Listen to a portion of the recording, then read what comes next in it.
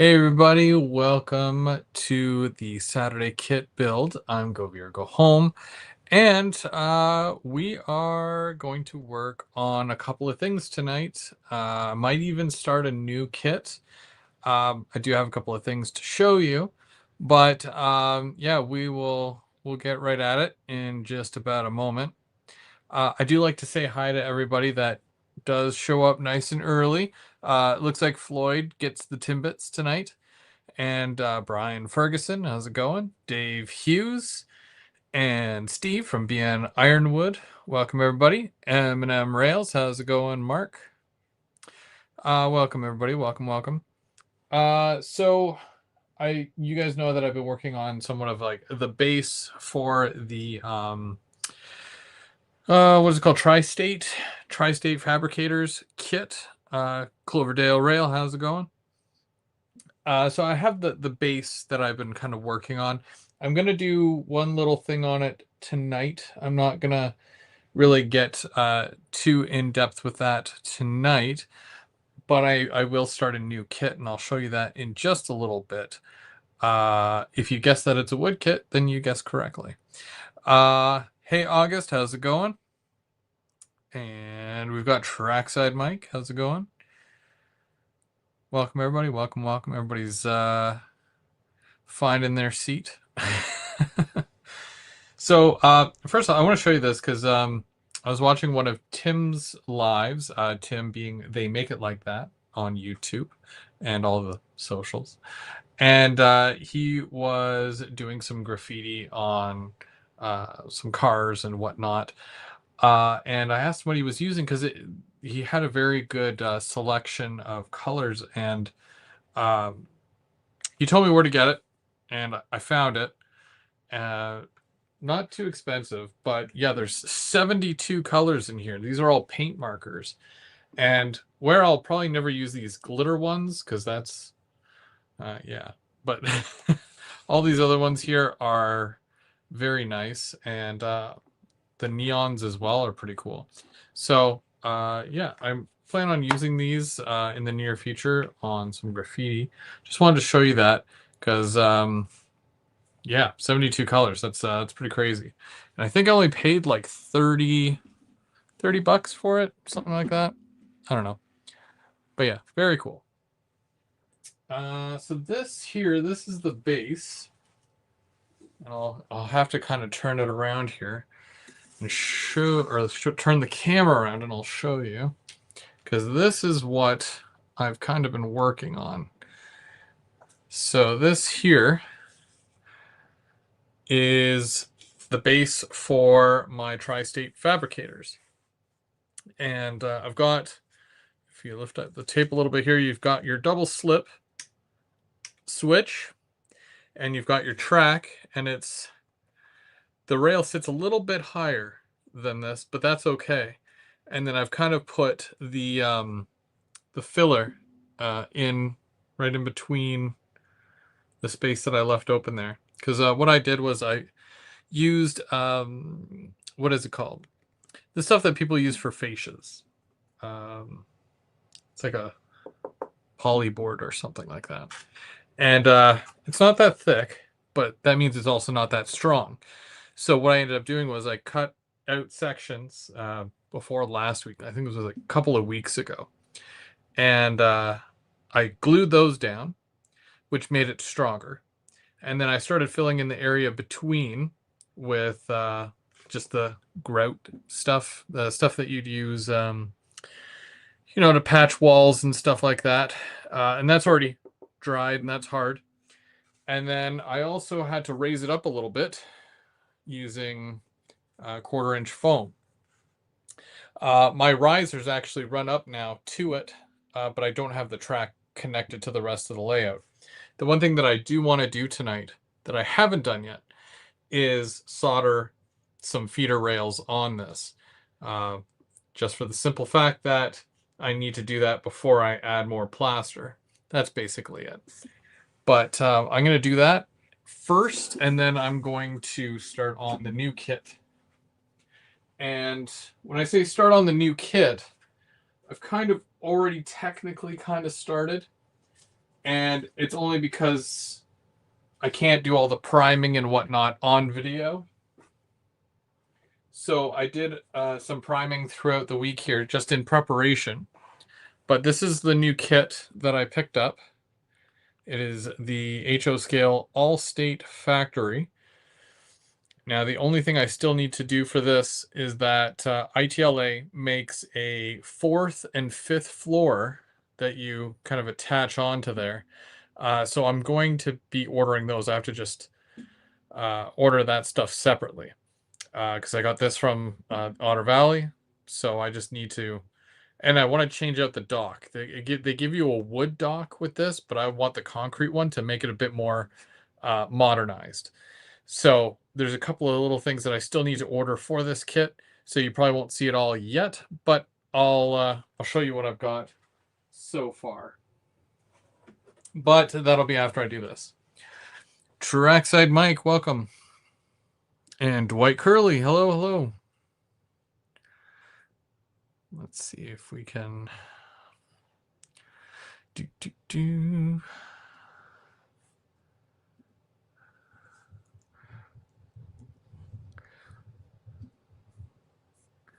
I don't know if this will work or not, but we're going to try. Nope, command. There we go. There we go. So I did put the link in the chat there if you would like to join. We usually try to keep it train related, hobby related. If you're working on a kit, if you're working on the layout, doesn't matter. Hey, Denny, how's it going? And Skill Dystopia. Now, the only thing that I think I'm missing is my drill, which is over here. So I'm just going to grab my drill real quick because I'm yet to put the hole in where the feeder is going to go.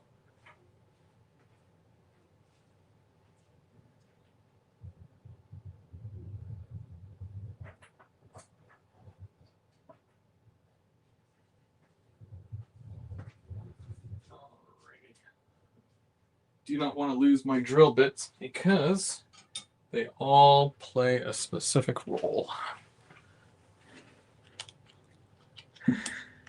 So this will be fun. Hopefully I don't drill too far down. That should be okay though.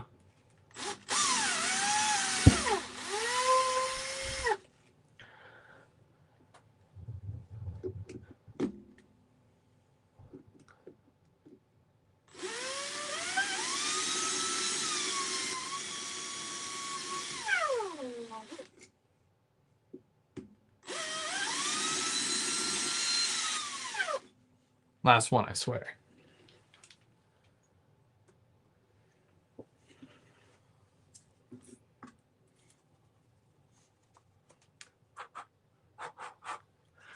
And the rail or the wire should fit through there, no problem. Hey, Glenn, how's it going?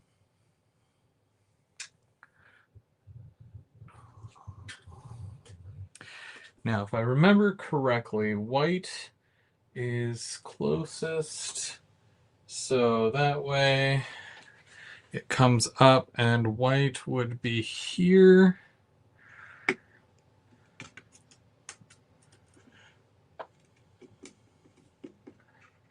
And red would be on the inside.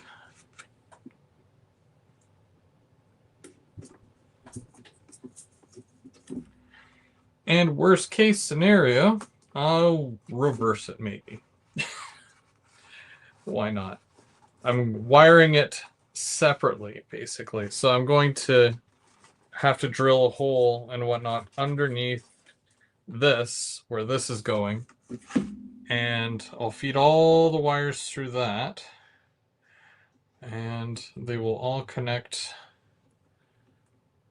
to terminal joiners, which is usually the easiest way to go.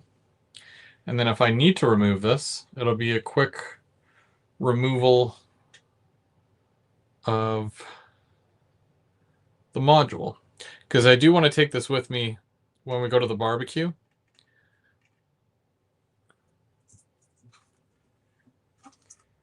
And I do want to do some outdoor shots with it. So what's a little bit of wire hanging down, right? Okay. Extension cable, check. Solder, check.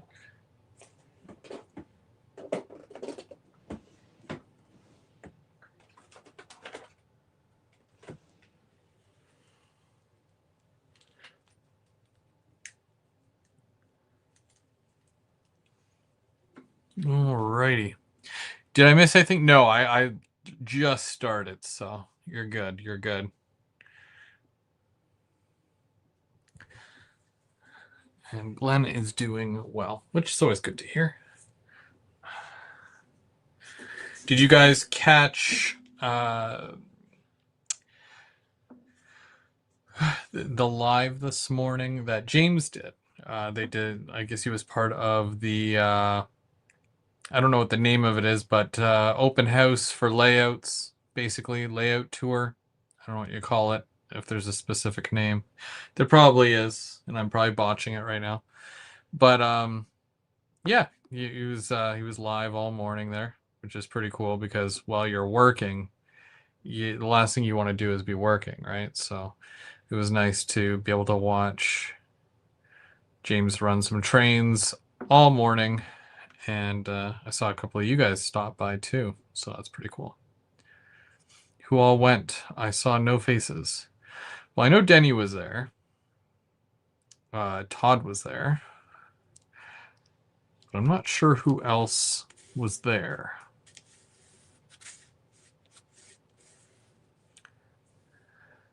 Hey, Anthony, how's it going?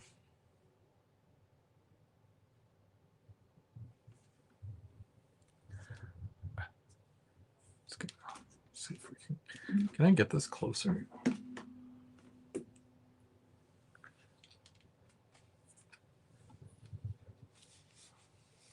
Oh, there we go. Much better. Sorry for the shaky cam. So I'm just kind of waiting for this to heat up a little bit.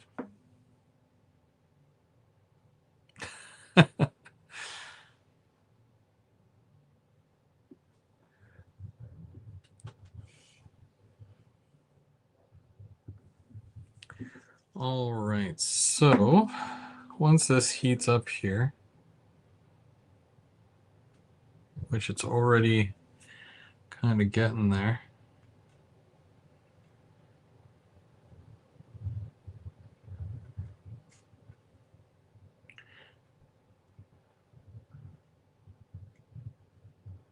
Just so you guys know, Denny is going live tomorrow morning as well.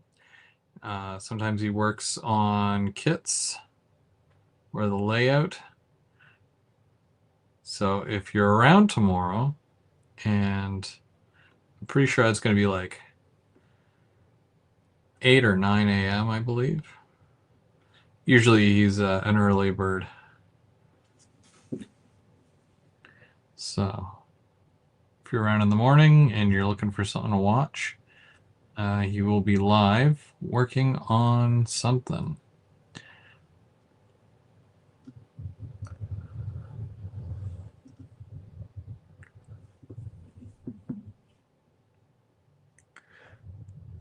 Do I like downtown deco buildings? They look nice, but I'm not a fan of the material that they're made out of. I do personally like ITLA kits or wood kits first, and then plastic kits second. Yeah, my new guilty pleasure is definitely the wood kits.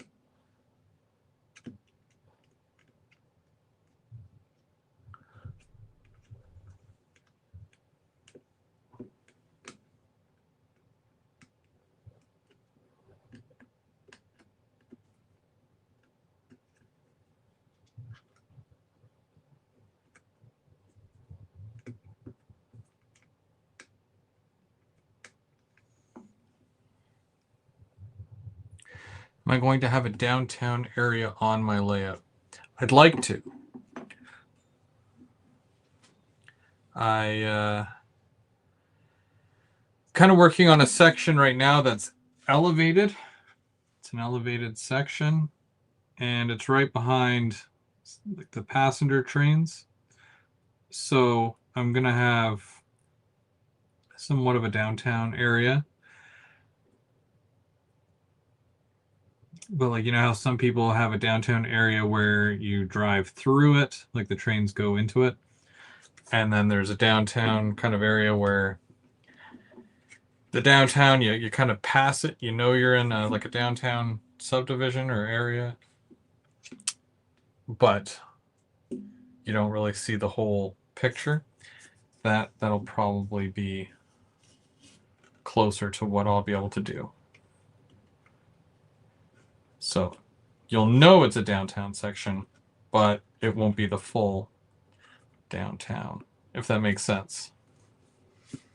Figure if I just keep saying the words downtown, it'll kind of, you'll be like, oh, good, he's going to have a downtown. Hey, John, how's it going?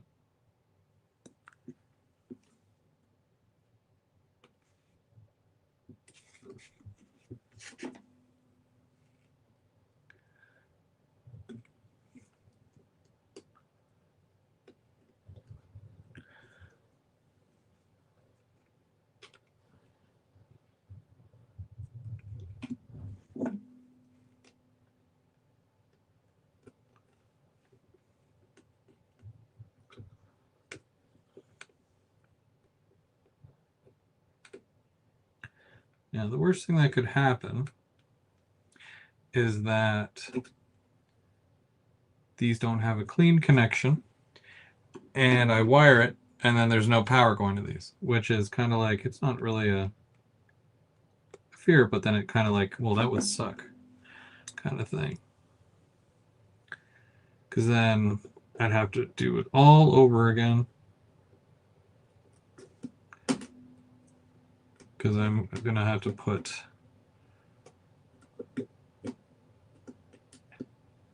the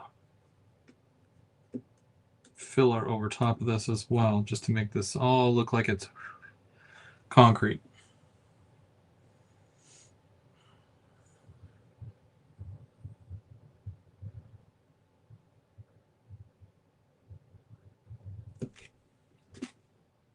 That should be good. Emphasis on the should.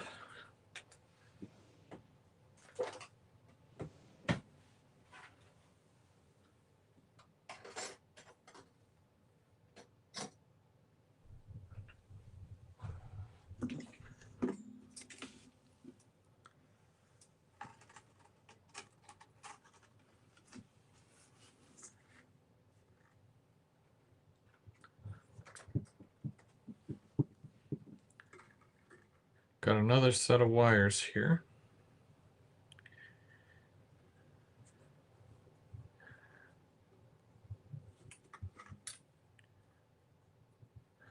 I asked because I have an extra Domino's pizza. I'll send it to you. I would use a Domino's pizza for sure. If you don't need it, I think I know which kit you're talking about too.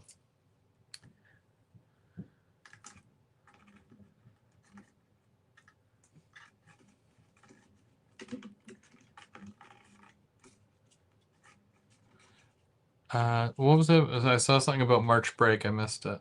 Something about March break being over. Yeah, my kids are back to school on Monday. My March break was last week, so that was cool.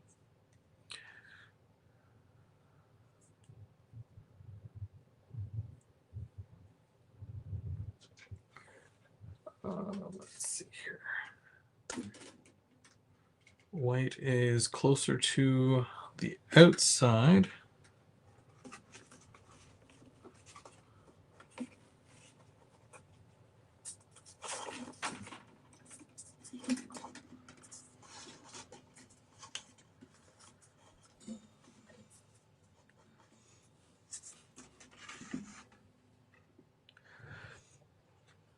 I had pizza for dinner and I'm overstuffed.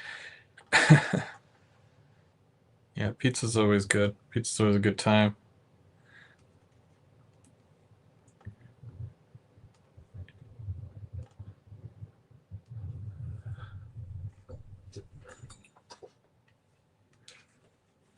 Yeah, Anthony, send me an email. Um, I think you got my email. Send me an email about the thingy. If you need anything for it, let me know. Uh, I would do one of those for sure. And either way, I love building kits, so it's like I got rid of a whole bunch of kits and whatnot that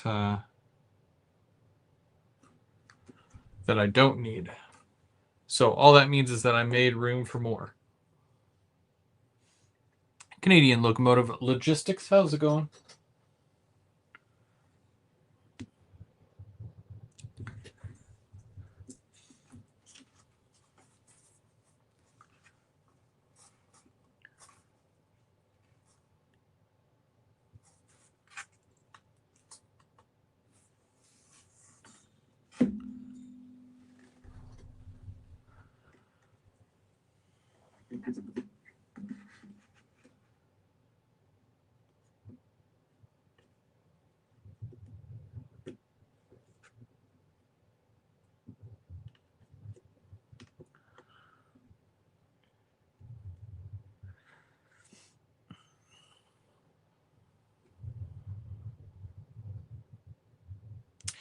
How are you doing today? How was the field trip? The videos look good.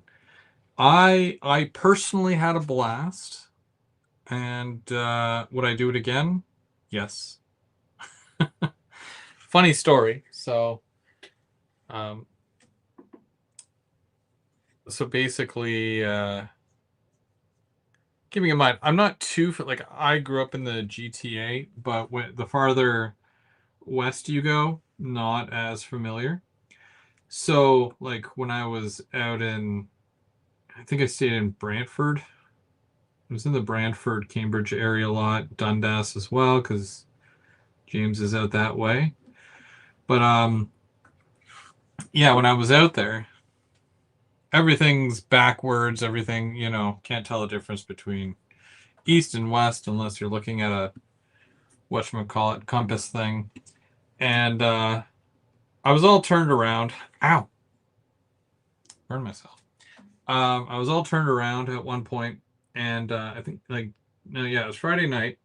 After all the layout tours and whatnot, we went to James's, then we went to Sparky's house, and then we went to Denny's house, and then everybody basically parted ways for the day or the night, except Denny and I went and grabbed a pub burger. Well, I had the burger, but yeah, we went to a pub, and that was fun. That was actually like a really good burger. And I know my burgers. I love burgers. So after that, I'm like, okay, well, I gotta go to my hotel, right? Because I gotta, I hadn't checked in yet. Do I know Denny? Denny is N scale dystopia. I burned my finger. I touched the rail and the rail was still hot. You got to remember, no matter how far away you are from the soldering point, the whole thing heats up. Okay, but anyways, so yeah, so I'm like, okay, well, yeah, I gotta go to the hotel and whatnot. So, uh, the address of the hotel, whatever the number is, I can't remember, but the street name was um, the street name was Fairview. Okay, so I put in whatever the number was, Fairview, into my GPS, but I clicked Fairview Drive, and it's supposed to be Fairview Street. So I had no concept of, well, this is how far I am from my hotel. Keeping in mind, completely sober, despite the fact that we were at a pub. Do share on the pub. I don't remember the name of the pub. Denny, if you're still in the chat, I know that the pub was in Cambridge, but I don't remember the name of it. Anyway, so I'm driving. It's like, oh, it'll take you, 40, 45 minutes to get there. I'm like, okay, cool. Zero concept of anything. And I get to the address. I'm like, I'm not in Kansas anymore, right? Because I was in like a neighborhood, nowhere near hotels. And it took me 40 minutes to realize that. Keeping in mind it's night and there's a blizzard. And the blizzard, and I'm not talking about the good kind of blizzard, like Dairy Queen, right? I'm talking about like you cannot see 2 feet in front of you kind of blizzard. Like, why didn't I stay home kind of blizzard? And yeah, I'm like, my life is over. This is what's gonna happen, So it wasn't until I got to the place that I realized, oh wow, the address is totally wrong. I'm really bad at this. So then I put in the correct one, and it's like, oh, good. 40 minutes in like the opposite direction. So I drove back, and because of the snow and the weather and whatnot, it took me a total of 2.5 hours to get to where I needed to go. So that was definitely we'll call it a fun experience, but I wouldn't recommend it to anybody. But yeah, so 2 hours to get to my hotel. So 12:30, in the morning. Just don't pull his finger.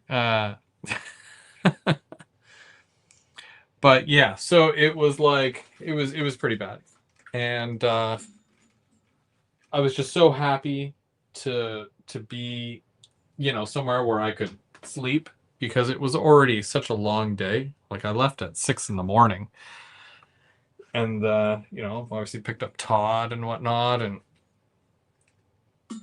we went to a train store. I'm not going to mention the name of the train store, but let me tell you, I was not pleased whatsoever. I'm not going to use this as a thing to badmouth a store, but it was not a great experience.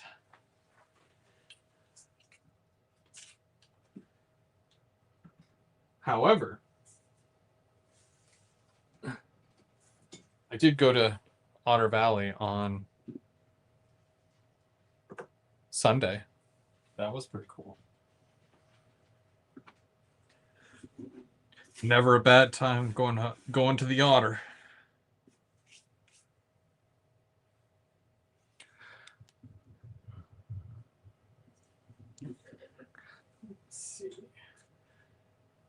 So this is kind of what I've started on with the kit, and some of this I even did today because it hit +4. A lot of this, like, so all these little pieces here, the window frames. I did gray, primed it with gray, but I'm probably going to change that maybe to green. We'll see. These are the pilasters. So I did the oxidized red, which smells really bad, and then gray. The 2 side walls, and this kit's really neat, and I'll show you why. So when you build the front wall section, these are all the front walls. There's a couple of different ways you can build this.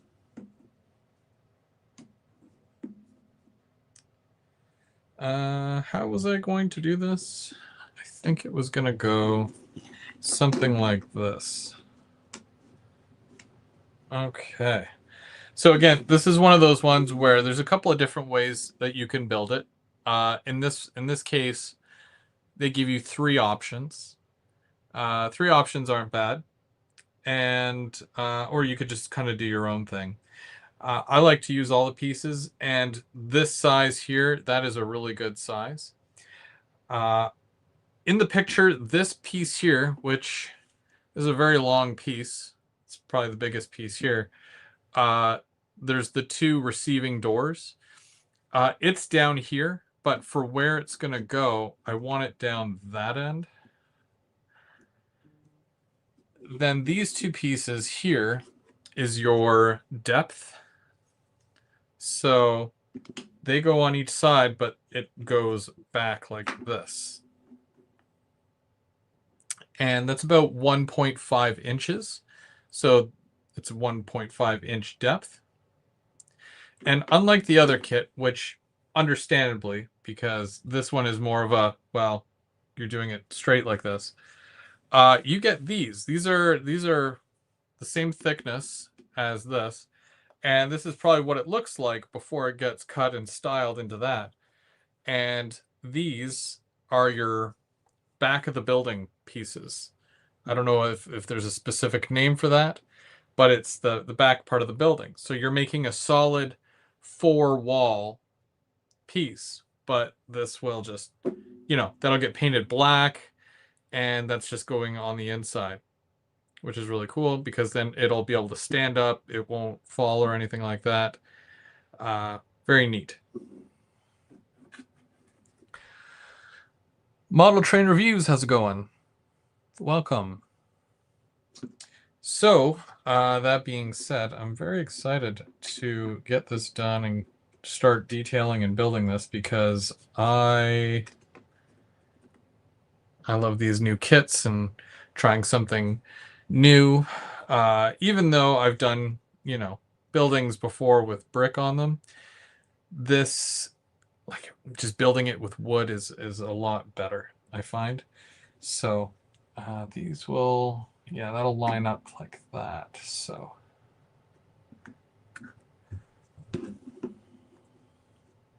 I think that's how I would like to build it. So I think I'll just go ahead and glue it all together, and then I can just kind of work on it like this, as opposed to individual pieces. That much doesn't really matter to me. And then I'll do some painting as well. And I won't worry about gluing the back on. Not yet, anyways. But I will put a bit of glue on here, just so that it all stays together.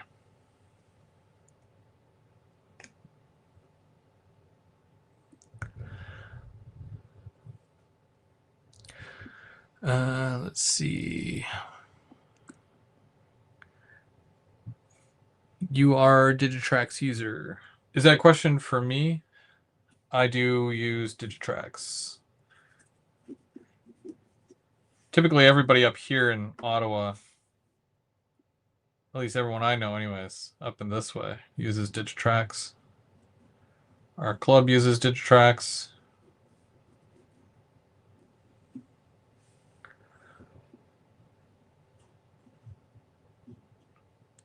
Nothing wrong with the other brands, but that's just what we've all kind of grown accustomed to. Yeah, I've got, if you need to know the specifics, I've got the DCS 2 something. What is it? The 210? Oh, yeah. DCS 210. And that comes with a wireless throttle. And I don't know the number on that because that's on the other side of the room right now. Joys of having wireless things. But I also use this as my plug and play. This is the old DT402, which is great for consists. And then I've got the LNWI, which I also plug on the other side of the room, which is perfect for those who show up, who don't have a throttle, who don't like my throttles, but have a cell phone that can, do the whole you know, Y throttle thing. Floyd, how's it going, Floyd? Thanks for joining us.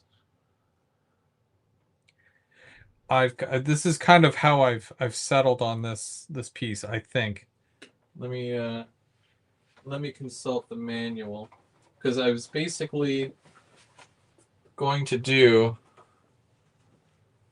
what the manual said, but backwards.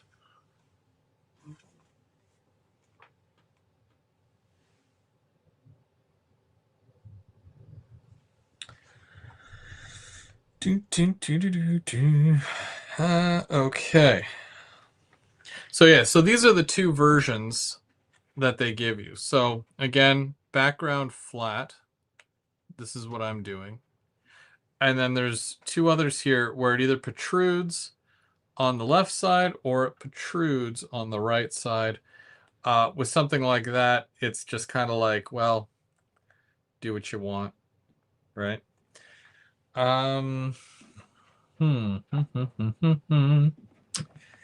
Let's see. So they have it as A, B, C, D, E, which is not how I want it. I would like it. Okay, so E, D,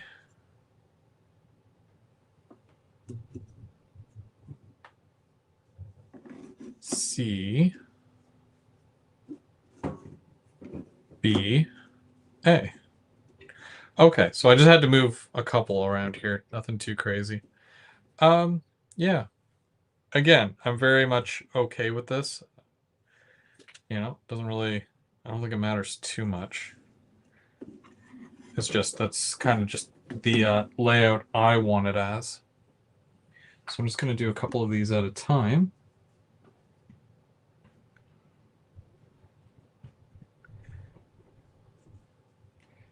And there's a couple options for this as far as gluing it together.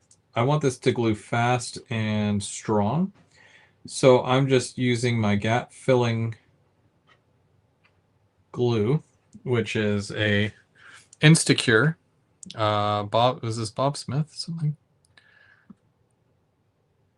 Stevens International Hobby Distributors, Instacure, something or other, glue.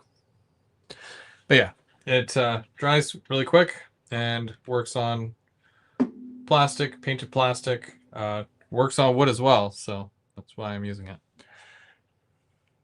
Are you guys getting the Lumi SCV42 charger set? Yeah, I'm kind of looking forward to it. I know Bubs wants one as well. I don't know if Mark is getting one. Mark, are you still there? Mark, Lumi. it's yeah, it's really pricey for what it is, but I know no one else is ever gonna make it, and that's what I find really hard to, you know, to let go, right? Like if I knew that somebody else was, you know, like kind of like the new CP locomotives, you know, if I really wanted one, but it was just Scale Trains that I had announced it, I was like, well, that's really expensive. And then what's that other company? Broadway Limited. Broadway Limited announced it, and I was like, I'm never getting a diesel from Broadway Limited. There's no way. And then Walthers said that they would do it. Great. At least you know it'll have lock sound and it won't be ridiculously expensive. And then you just add your own details or whatever. You know, there's got to be a happy medium for something like that, right? But anyways, you know, it's very much a thing where you just know no one else is doing the chargers, so I think wait, did Cato say, yeah, but Cato would do the N scale ones. They don't really do as much HO as they probably should. When you're getting the proto throttle, don't start, sir. Yeah, that's the cool. So like when I was out in Toronto, I just say Toronto, it's not Toronto. Um, when I was out that way, I had the privilege of going to Mike's Train Club, which I didn't realize until I was making the video that it's the Silver Creek sub division or whatever. But then I'm like, it's the Silver Creek Sub Club. And I'm like, yep, yeah, they're called the Sub Club, which sounds fantastic. But yeah. So anyway, so they only use proto throttles there. And I'm like, well, I'm lost. Because I've never used one before. But Mike was very generous and he took the time, which I mean he could have been like, nuts to this guy, I want to run trains. And he was very nice and he walked me through the process of dealing with the proto throttle. And even Wade gave me some tips there on the control of it with the air brakes and whatnot. And yeah, yeah, I was telling him, I'm like, man, do you work for these guys? Because like you're doing one hell of a job selling me on it, you know. If you're not already sponsored by them, then you probably should be.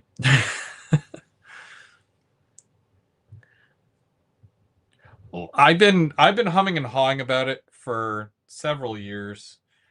Uh, at first I'm like, it's a novelty. It's just I can already run trains. I've got like multiple options. My thing now is that it's like I don't have a proto throttle. That's the problem, right? So I had fun with it. I'm definitely not a stick in the mud when it comes to trying new things because I like to do the same thing that I always do, but like in different ways. And that's exactly what that is, right? You're still using a throttle. It's wireless. I already do that. But it just has that more, you know, that level of realism to it, if you will. I mean, it's very tiny, but yeah, still, yeah, it's a $700 thing though. It's like that or two new locomotives.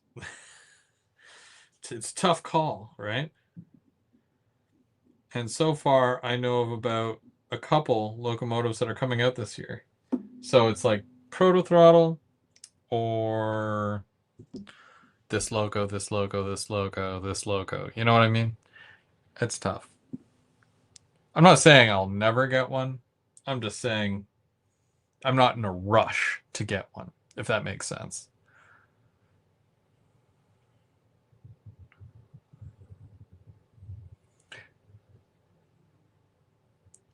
Yeah, well, they run the real thing, right? So if they say it's as close to, the real thing, then definitely they would know, right? I still say you should make a little belt pack for it instead of putting it on a lanyard. And then that way you just wear the belt pack. It's only 100 a month till you have. No, that's true. And then there's the other side of it. The most difficult decision is that what color do you get, right? Like for me, I obviously enjoy my red, right? Um, red for CN. That's about it because ONR is like orange and like a couple of shades of blue. Via, don't even get me started about Via. They have like 50 colors. And Go Transit is obviously green. So the red one I think is just an exclusive through Spring Creek though.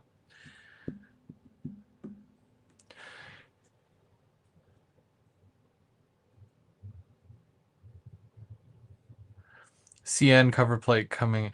Yeah, and then, well, that's the plate, right? So I guess at that point it doesn't really matter what color I get, because then I just need to get the plate, really. And then I can just replace the. And didn't you say there was like brass? Like you could replace the couple of knob things with like brass parts? Because that sounds cool.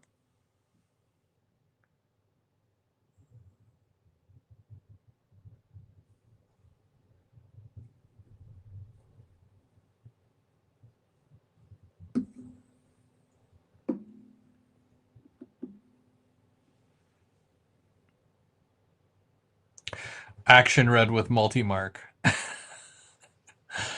Yeah.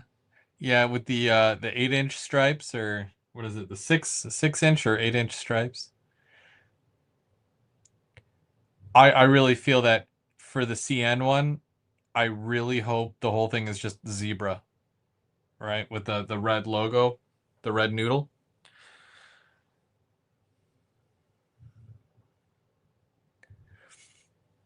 Oh, you got the brass for your pink one. Right on. Yeah, that'd be cool.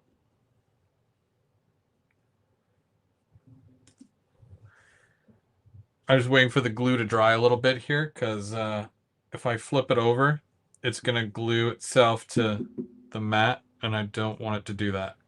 I flipped this over and I did the other side. I can't put glue on the other side until I put my pilasters on. So I'm kind of waiting on that because I'm going to end up painting those separately. Um, but yeah, I wanted to reinforce the back section, so I just flipped that over. 5 or 8. Oh, right, right, right. Yeah, I wasn't sure if it was 5 or 6. Ask your friend Dave's preference. Yeah, I'm not sure what he prefers. I know he likes the multi-mark, but not sure if he's a 5-inch or an 8-inch stripe kind of guy. What's the model or name of the kit you are working on? This here is ITLA. That's the brand, sold in Canada, or made in Canada, I should say. And this is the All-State Factory HO scale, and they give you 3 options. I was saying earlier that I was talking to Nick from ITLA, and this here, if I'm going with this version, there's a 4th and 5th floor that connects right above it, right? You glue it right to the top, and it makes it obviously taller. I have to buy that separately.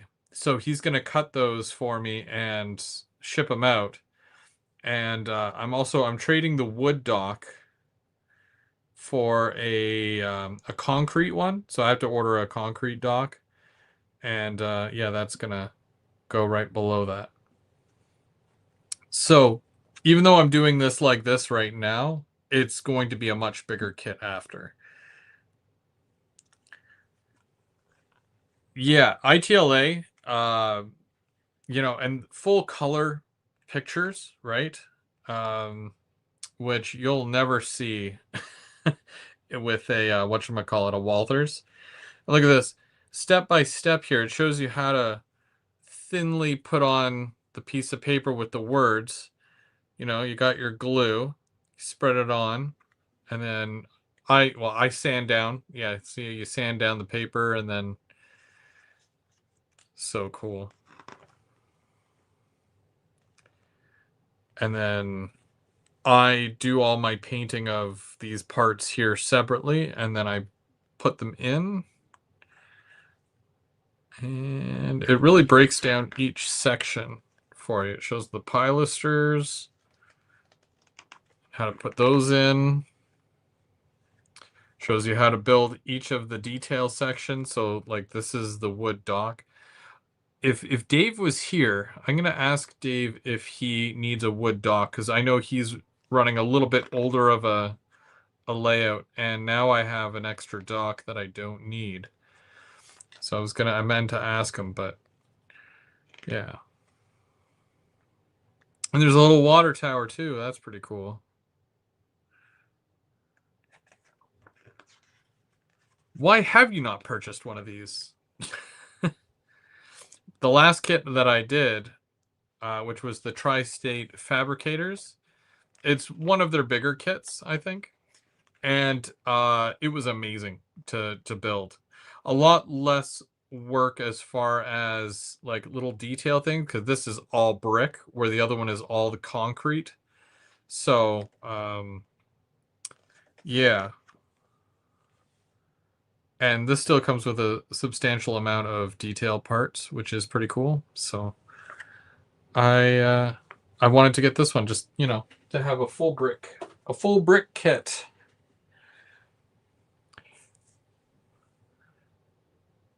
Yeah, they really take their time, and you know, much like Rapido, I saw it in here.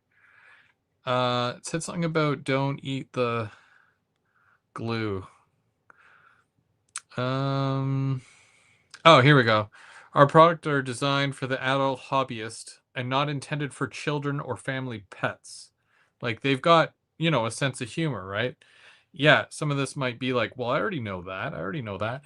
But just reading it, like they add humor to it as well.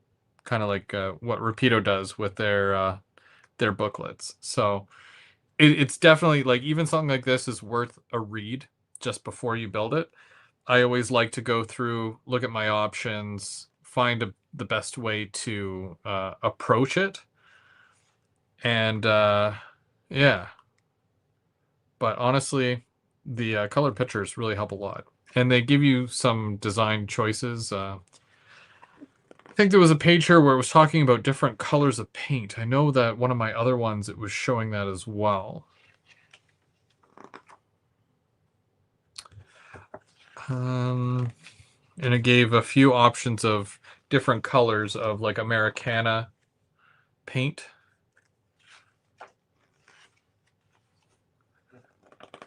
I don't think it shows here, but like, yeah, there's more of a, I don't even know what color that is. That's like a brownish gray. And then there's more of the red. And that has more of a, I don't know if that's lighting, but that's very orange. So very cool.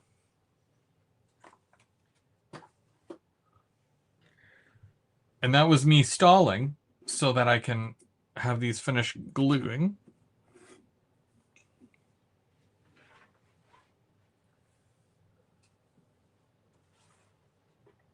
Right. Let's take a look. Yeah, I know it's not much to look at right now, but if you guys have seen my other brick buildings that I've done, I do every individual brick. Well, not everyone. I do a good portion of them. And yeah, it's something that is very tedious. I did, and I'm going to show you because I can.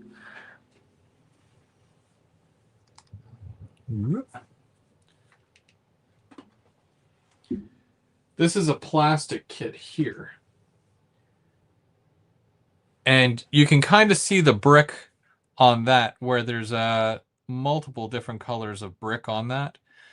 I only had to do two faces, but just doing the two faces was more than enough for me because it's so tedious doing obviously like all that brick. I was tired by the end of it, is what I'm trying to say. So yeah, it's a lot, but worth it. You know, the more time and effort you put into something, the better it'll look, I think. Sorry about the shaky cam.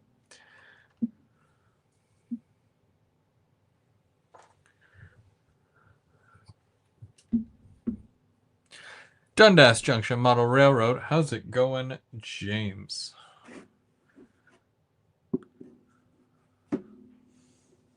That was a great live earlier. I'm glad that you take part in the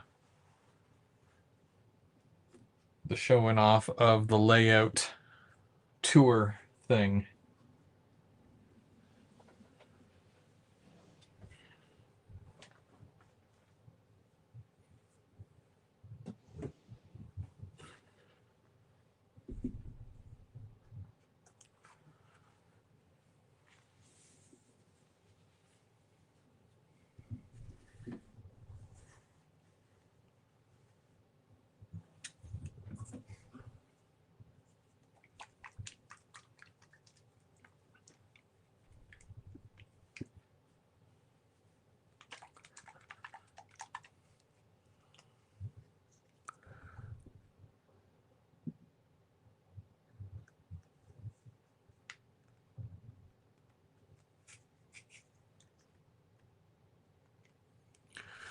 Oh, you're gonna be like that.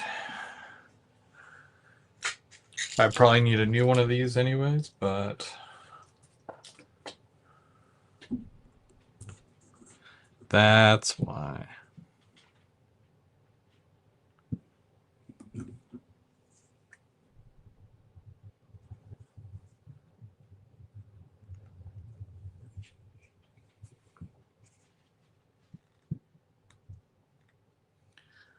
Oh, that's a pain.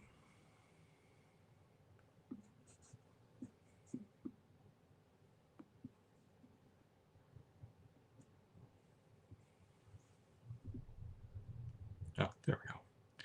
Don't need a lot. I just need enough.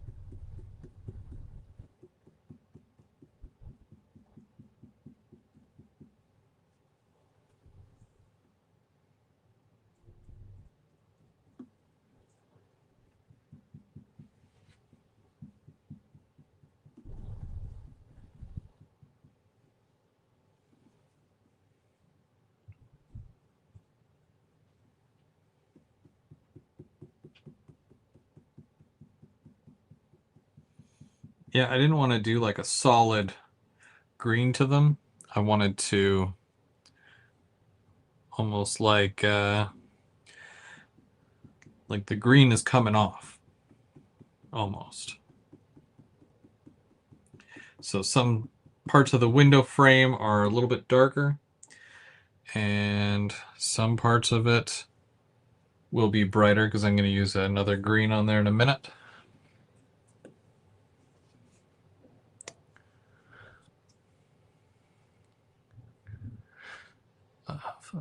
Oh, James raised 165 bucks. Nice. That's doing your part, man.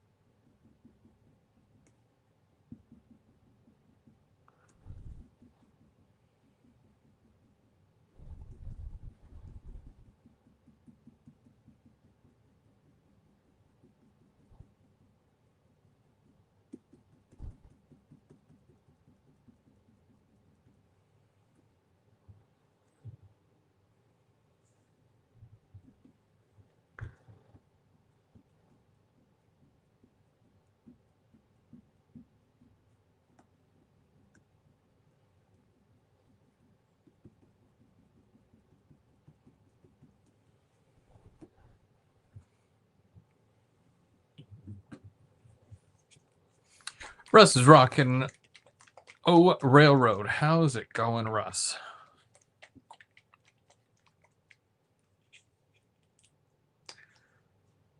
It's new kit day. So I'm working on a new kit. I didn't really I should have used a picture of the new kit, but I wasn't 100% sure if I was doing this tonight or if I was saving it till next week. And then I realized like last minute that I did not want to do all that concrete work on the other one. Or at least I don't want to do that live. I'm just gonna chip away at it because it'll get real, like a real pain doing that live.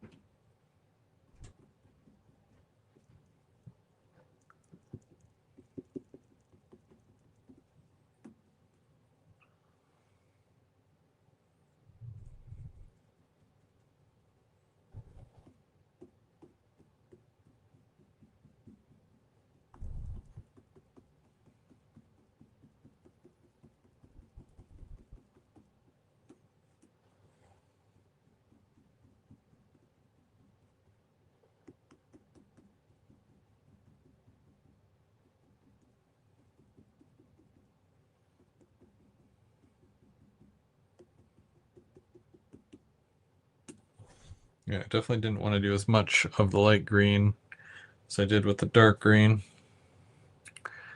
You can kind of see it there.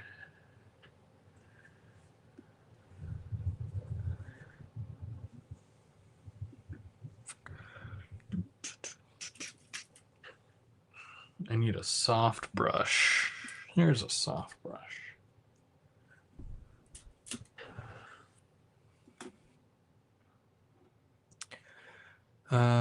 I have you outside with me, Chris. I am working on my fence. Oh, nice.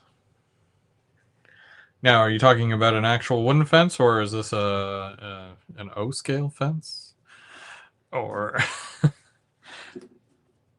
it's a legitimate question, I think, especially given the nature of who we all are, right? We're modelers. So to me, that's a legitimate question.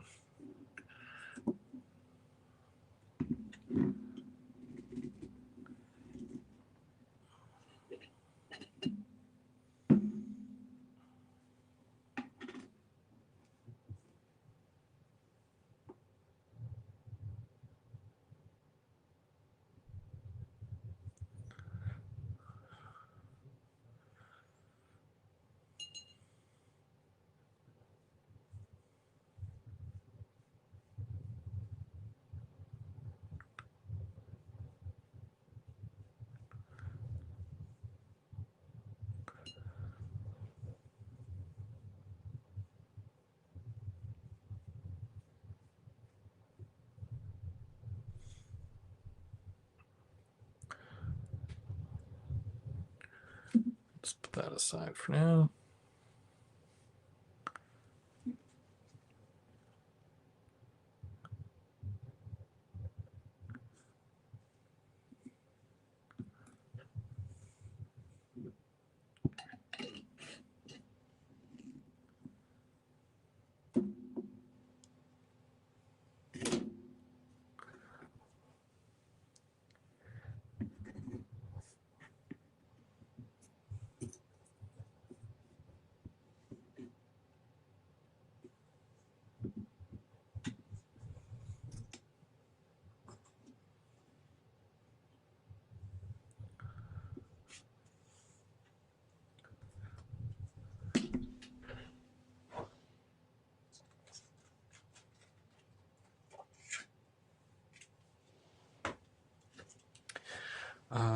I do need to power on my light, and hopefully it doesn't blind anybody.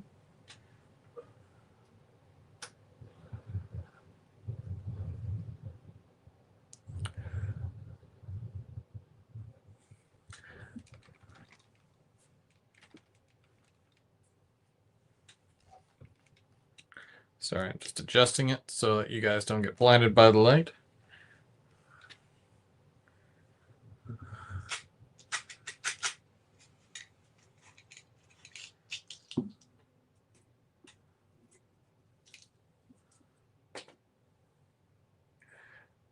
And let's go raw umber. So I always like to start with like the darker colors first, and then make it lighter with the lighter colors after.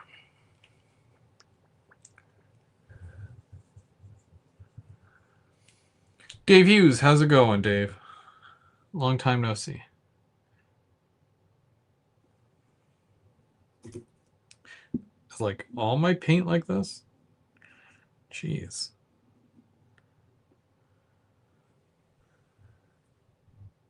Oh, there we go.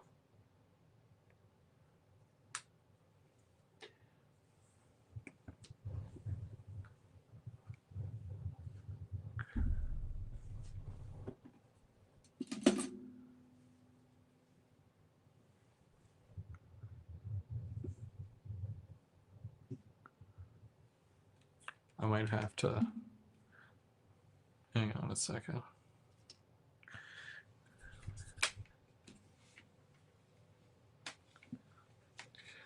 We're getting a bit lower here.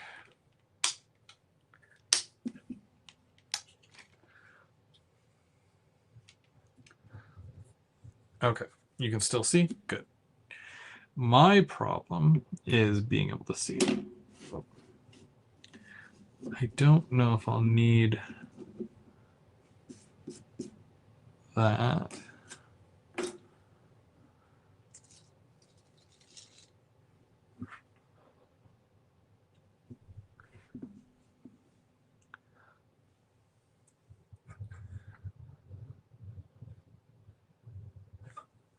Oh, now I can see it. Okay, that's much better. Until I put my arm in front of it.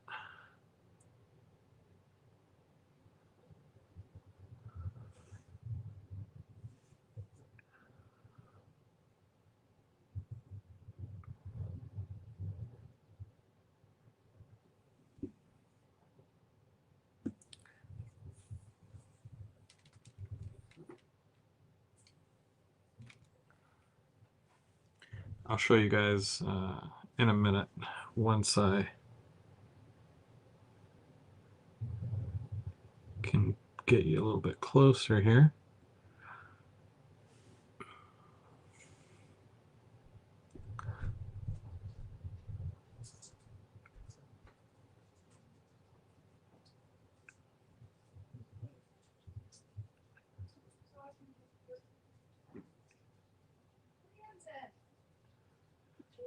So this will be one of those things where you say, are you doing every single brick? No, I'm not doing every single brick. I'm just doing the odd brick. And I gotta take my hat off for a minute so I can get nice and close here.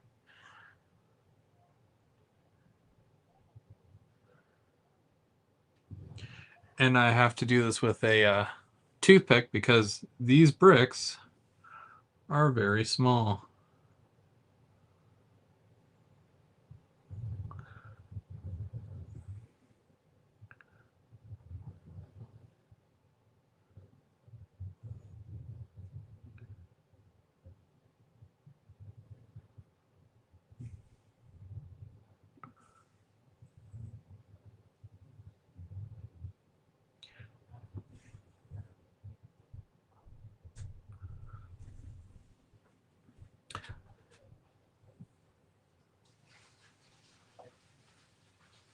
So I just want to show you. You can kind of see they're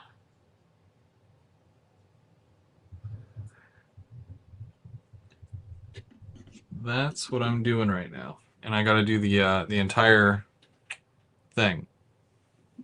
So how much of this will I be able to do tonight? I don't know. What time is it?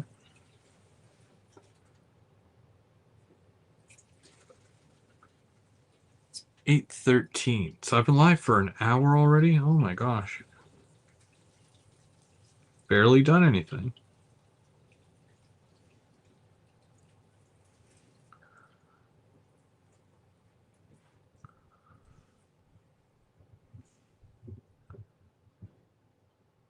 And this is definitely one of those things where you can overdo it. I'm just doing some odd ones here, you know?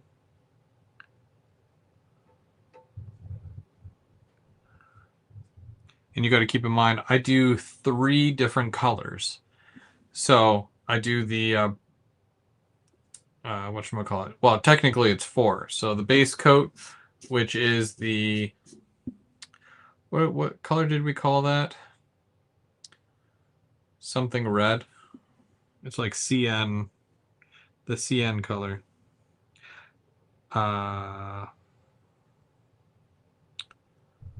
Wow, I must be tired. I'll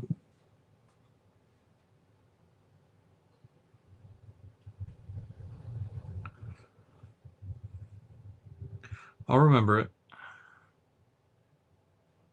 It'll come to me. Probably not.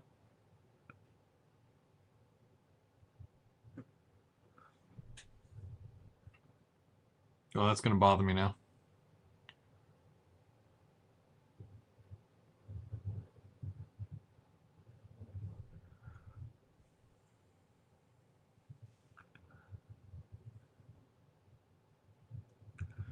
Anyways, I do the base coat, and then I do 3 different colors of brick, starting with the brown, and then I do a burnt sienna, and then um, it's like a rusty orange color, which is the brightest.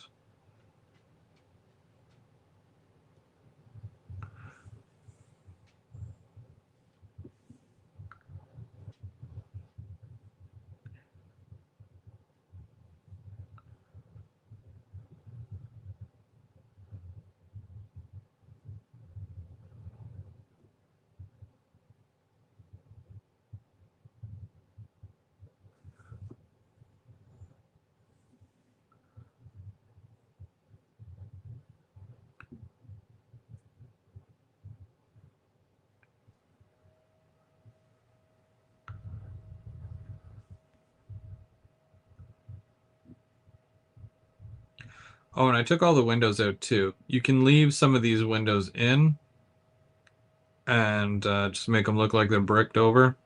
I don't bother doing that. I like all the windows to be open.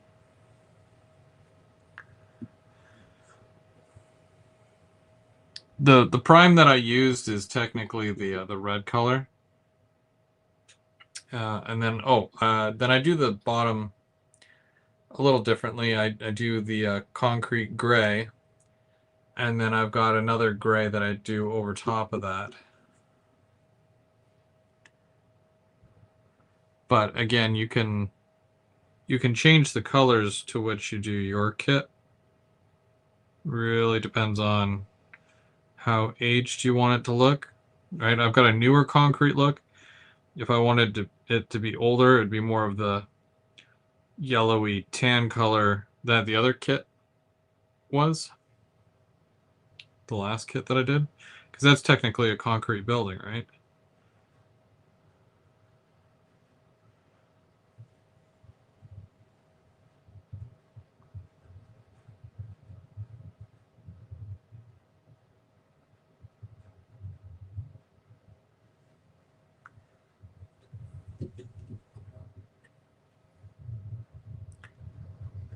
So there's all your little bricks there.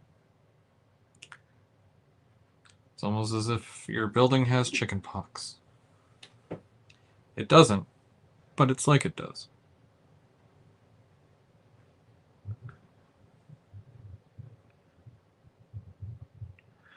The thing that really makes everything pop is the washes that you put on there. The wash will help it out a lot.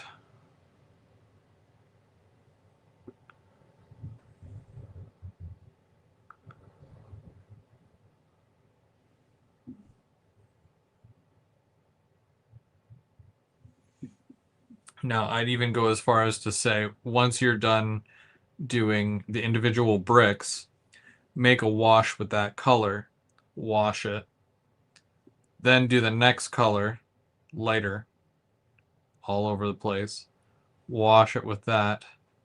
I just wouldn't do the orange wash. I would finish the whole thing with the black wash, like the India ink and whatnot.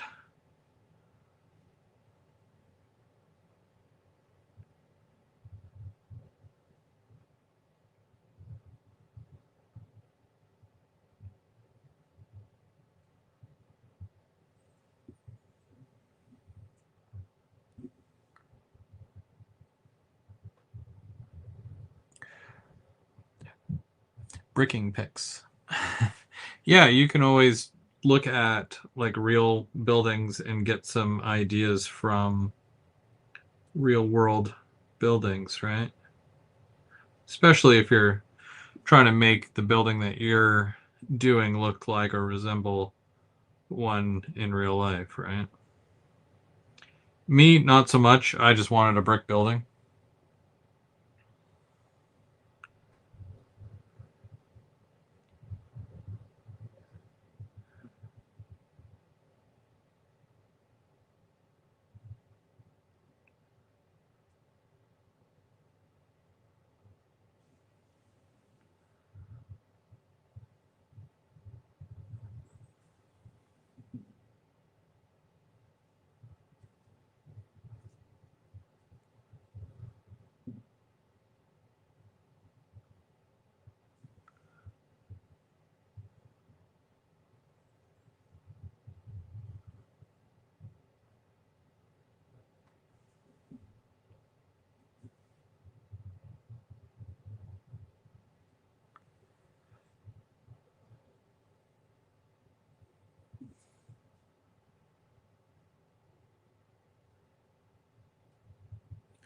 Stupid spell changer.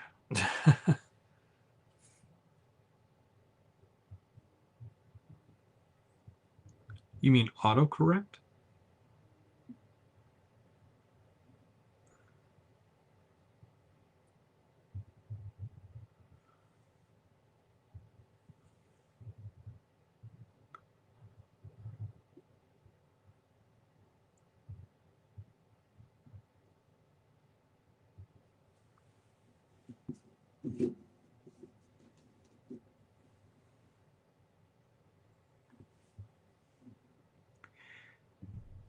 Hmm.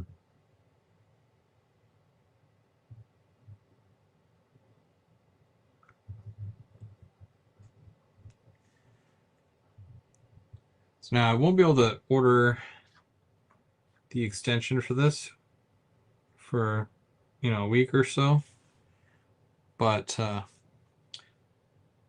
still have lots here to work on with this. It's just when the other section shows up, the next level. As long as the weather's nice outside, like I was very fortunate this week, seeing as how ever since I got back from Toronto, we got dumped on with snow. There was a snow advisory yesterday, was it? Yeah, I think it was yesterday. So it's been cold and we kept getting dumped on. So, but there was a couple of points there. Like I did all the gray today. So I was able to do the oxidized red. Wow, that took a long time to remember. Oxidized red was the base coat for this. And yeah, oxidized red smells terrible. I was not going to be able to sleep tonight. I'm glad that I remembered. That would have bothered me.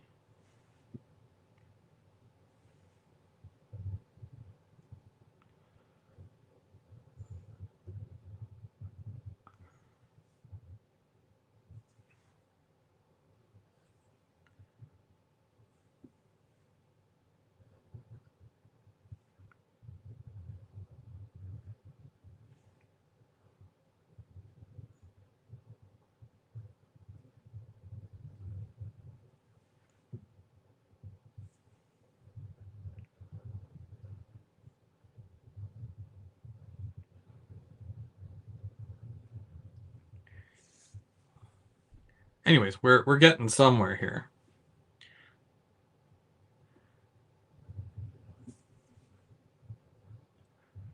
And yeah, I'll have to do the same thing to the pilasters and whatnot as well.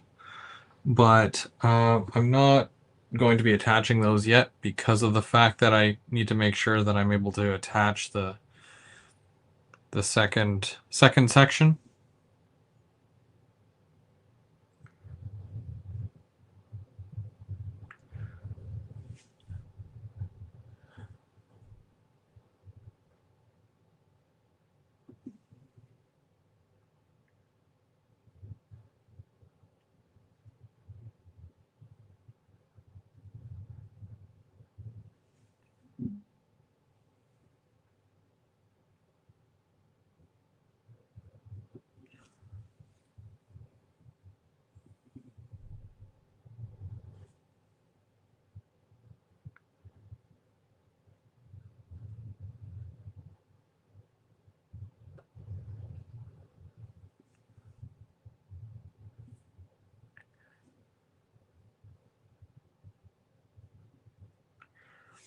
I should have called this a brickathon so that I can just keep doing the bricks, and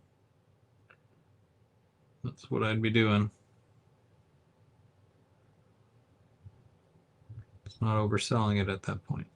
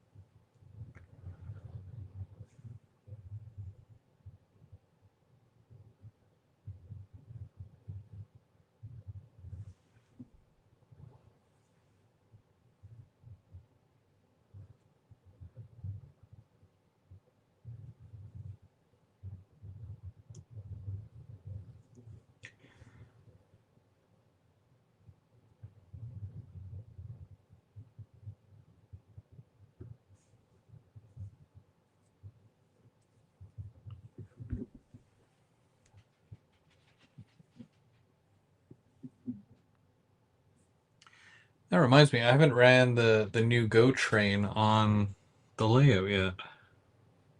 You guys are talking about Go not running. I'm like, yeah, I can relate. Oh, I should have my video of the reefer unboxing review, so you guys know the new Rapido reefers. I have an unboxing video, and that goes live tomorrow. So look out for that.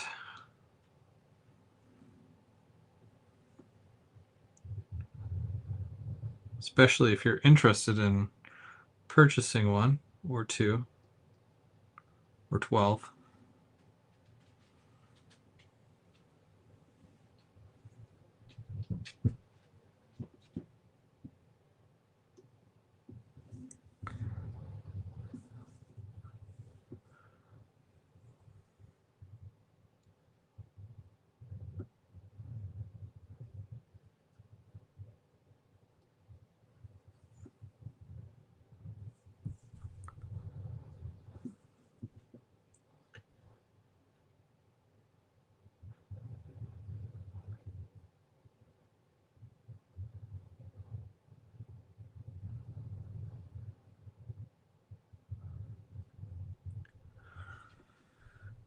Now, also depending on next week, because next week is the 28th. And I'm pretty sure that night, because it's Hopper's birthday at the end of the month, Hopper. So he wanted to go out to dinner, so that'll probably be next Saturday. I'm not sure if it's like a 5 o'clock thing or whatever. So if I'm not live, it's probably because I'm not home. That's also probably why. But I will try to go live at some point, just because, I normally do the 7 o'clock, but I don't mind doing an 8 o'clock every once in a while, right? And I don't think we'll be out to dinner at 8 o'clock. That seems weird.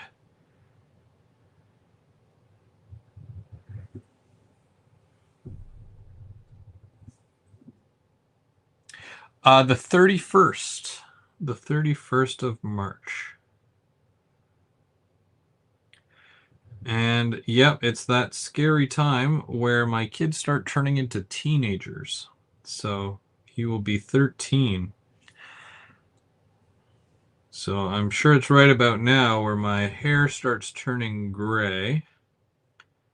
And yeah. So we'll see what happens. Stay tuned.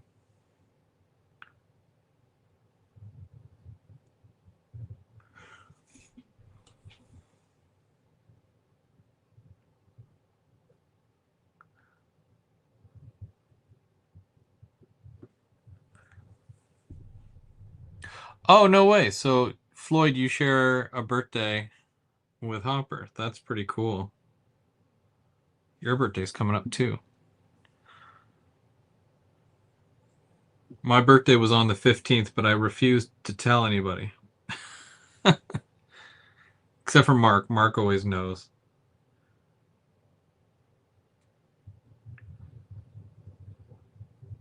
We usually get each other something every year because his birthday's in January.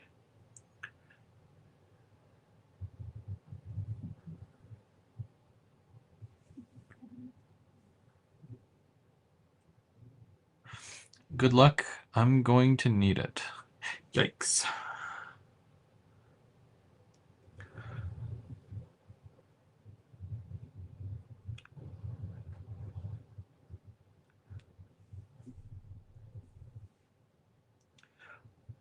Well, at least, they're boys, right? I'm not sure what it would be like having two girls as opposed to two boys, but who knows? Oh, I'll kind of show you this here.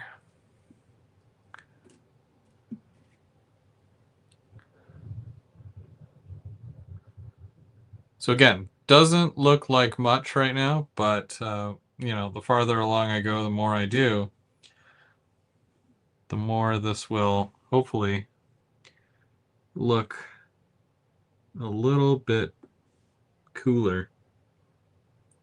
I use the word cool loosely. And I know someone's going to say, Chris, what industry is this? Yeah, I'm not there yet. That sounds like an Anthony question. Well, Anthony, I don't know.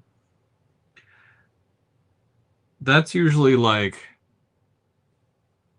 I don't know, one of those way down the road kind of decisions after I, lay the track and see how many cars I can fit there, what kind of cars can fit there. It'll probably be for box cars, probably. Some sort of box car company.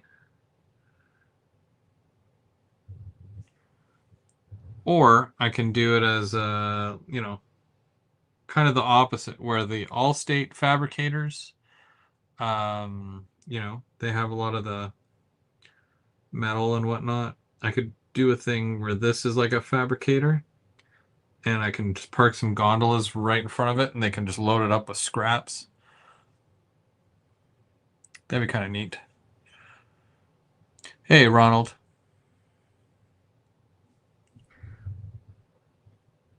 They can just throw the stuff right off the loading dock right into the gondolas.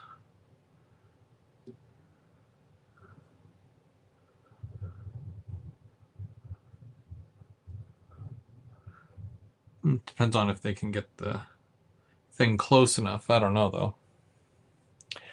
I should probably play it safe and just say it's for box cars. I've got more than enough box cars that I can say, well, this one goes here. But we will see. I think I still want to do Canada Post for that other one, and then park a bunch of those Canada Post trucks out back of it.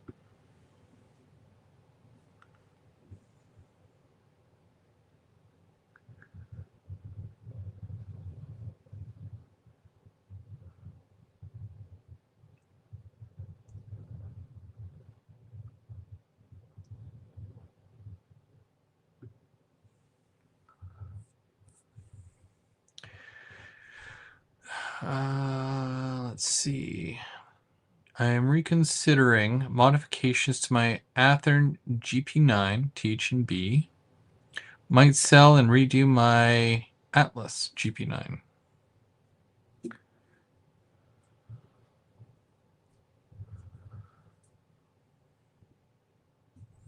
that the one where it's kind of a weird color? The pink ones?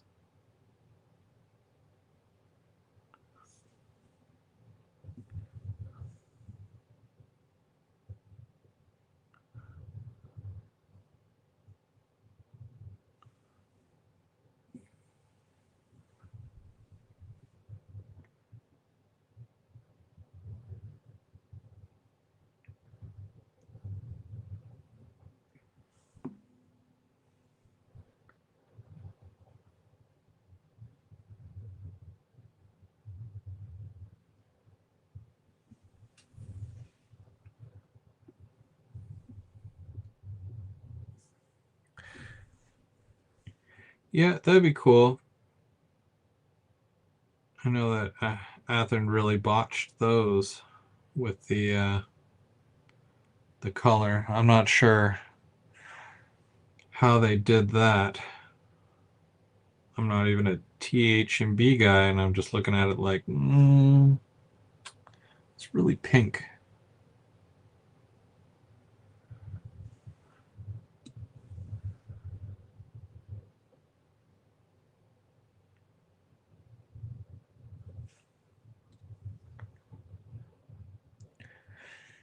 No, they don't tend to be. I think they saw that it was a Canadian prototype and was like, well, whatever. Let's just throw the TH&B on it and call it a day.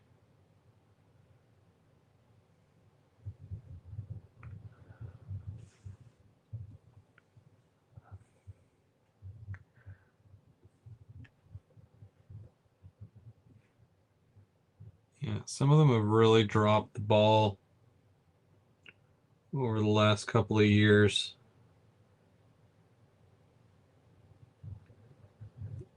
Almost feels like most people are just kind of fed up with certain companies, you know?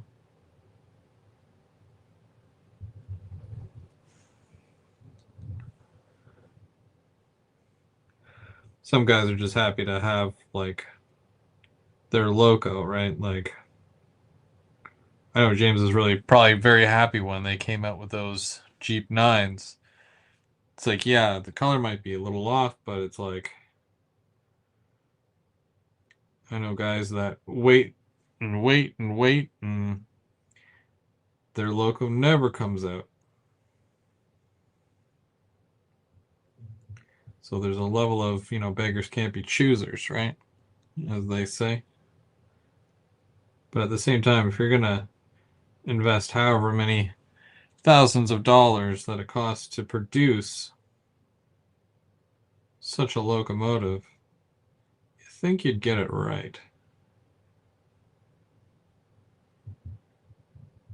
Not you, but like them. When I say them, I mean whoever. The old blue box assembly required was the best way into the hobby back in the late 80s. They even hold up today, right? I know a lot of guys that swear by them, and obviously you update the couplers and make sure there's metal wheels, but yeah, they hold up. Hey Nelson, how's it going?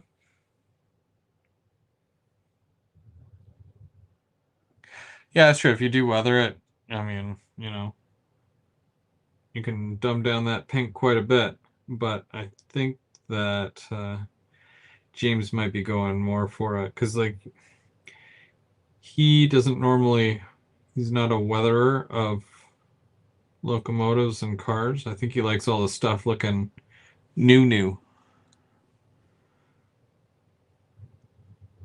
which, I agree with to an extent, right? Because I've been doing more of that weathering and whatnot of freight cars lately, and I can appreciate the ones with the graffiti on them, so I don't mind a little weathering here and there.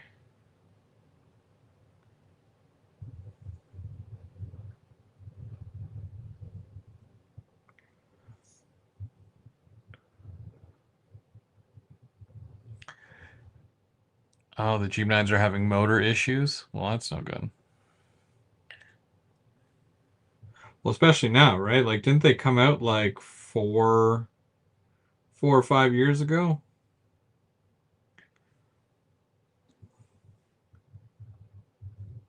Was that pre-pandemic or post-pandemic?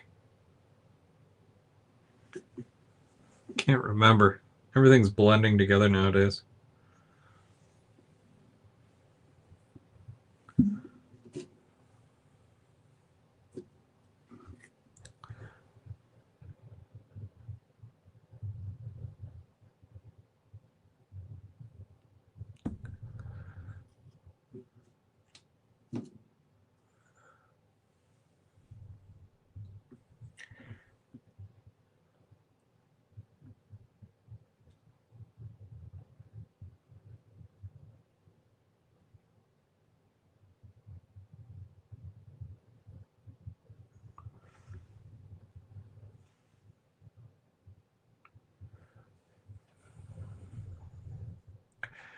The TH&B GP9s always looked worn out.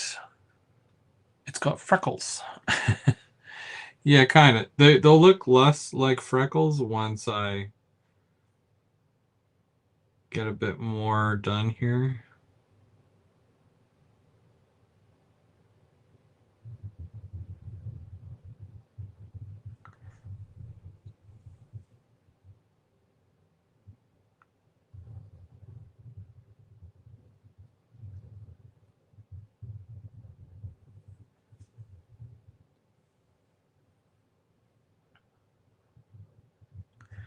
James, I remember replacing a Kato engine with an Athearn motor.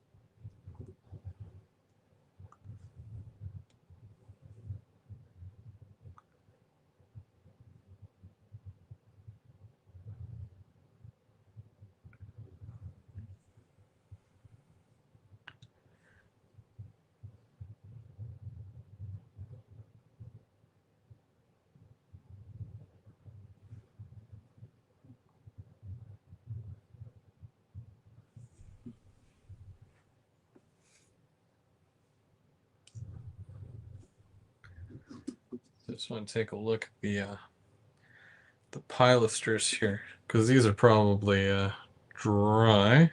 Just gonna take this off.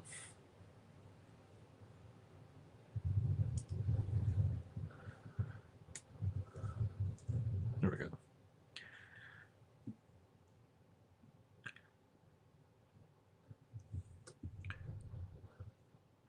So yeah, that'll have to be cut short to basically make room for the whatchamacallits that are the cornice that's up there. It goes across the top of this. So these will have to be cut short.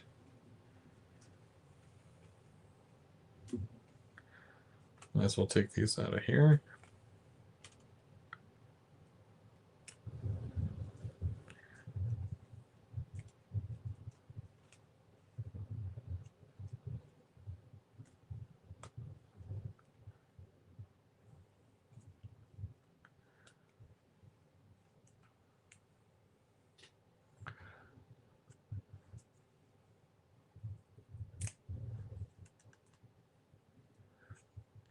Again, if you've never done a wood kit, I highly recommend it. It really is a game changer. And it's not to say that there's anything wrong with wood kits, but they just hit different, you know? And to be honest, I was really worried about it. I'm like, oh, I'm not good enough. I'm not good enough. I don't know how to do it. I'm gonna mess it up. And the end result was actually the complete opposite, where I don't feel like I had to overdo it with the details. It basically the kit sells itself with the amount of details that they have usually. So it worked out.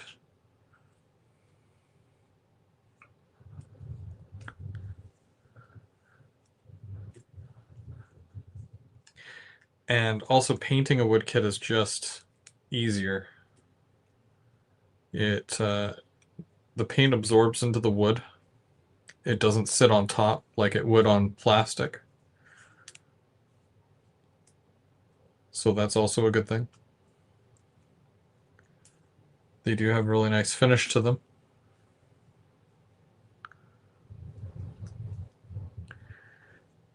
And as far as details go, I find that the amount of details you get with the wood kits compared to the plastic kits are far more superior.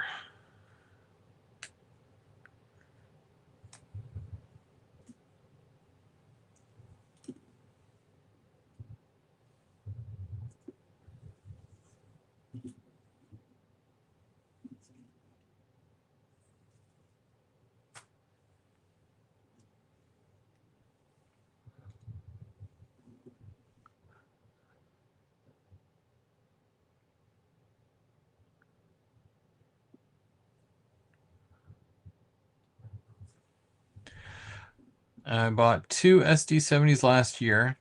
Had to replace the decoders in both of them after a week. Jeez. It's either they're not making them properly or you're running them like crazy.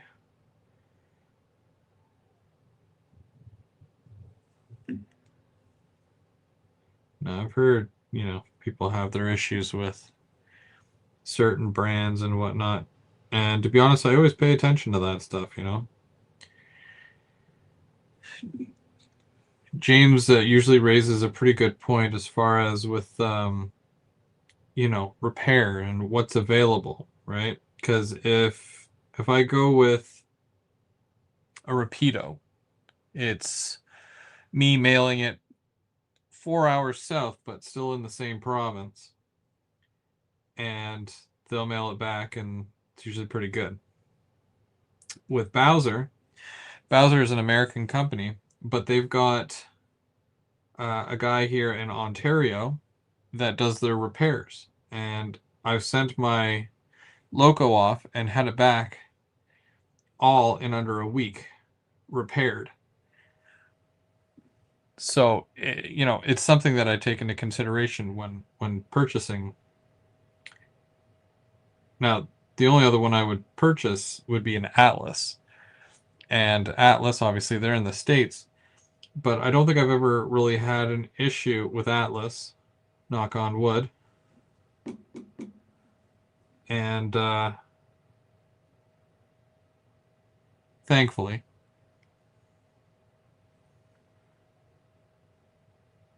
But if I did, then, obviously that's a bridge I'd have to cross, but it's just been really easy dealing with Rapido and Bowser in that sense where I feel comfortable knowing that if I have to make a repair, it's not going to cost, you know, a whole new locomotive, you know. It's not going to be like another $300-400 just to fix something that I've already paid for.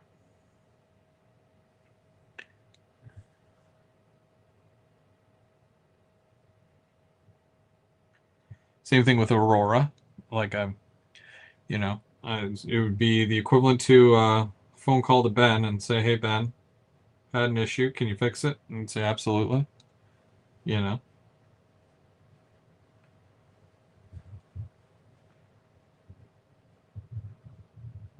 But then yeah, like Walters, I mean their department is pretty good. I had an issue with a switch machine, and I did the troubleshooting that they had requested, and then they mailed me a replacement.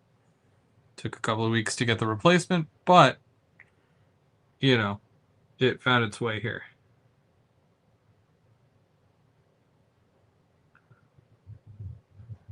So they're usually pretty good.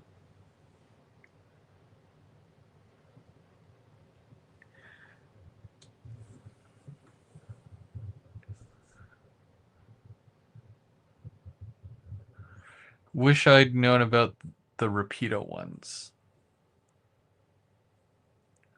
What Rapido ones? Hawthorne wanted me to send them back, but wanted me to pay the shit. Yeah, like, why? You've already paid for the locomotive, and it was their fault. You know what I mean? Like, how's that fair? It's kind of nutty, but that's how they want to do things. So, and it was really hard not to go out and buy, you know, the ONR uh, SD, no, sorry, Jeep 40 that they had put out, the Athearn Genesis. But I just remember it's like, nope, if something happens, then that's $400 that, you know, would be kind of pooched at that point, right? Because those aren't cheap.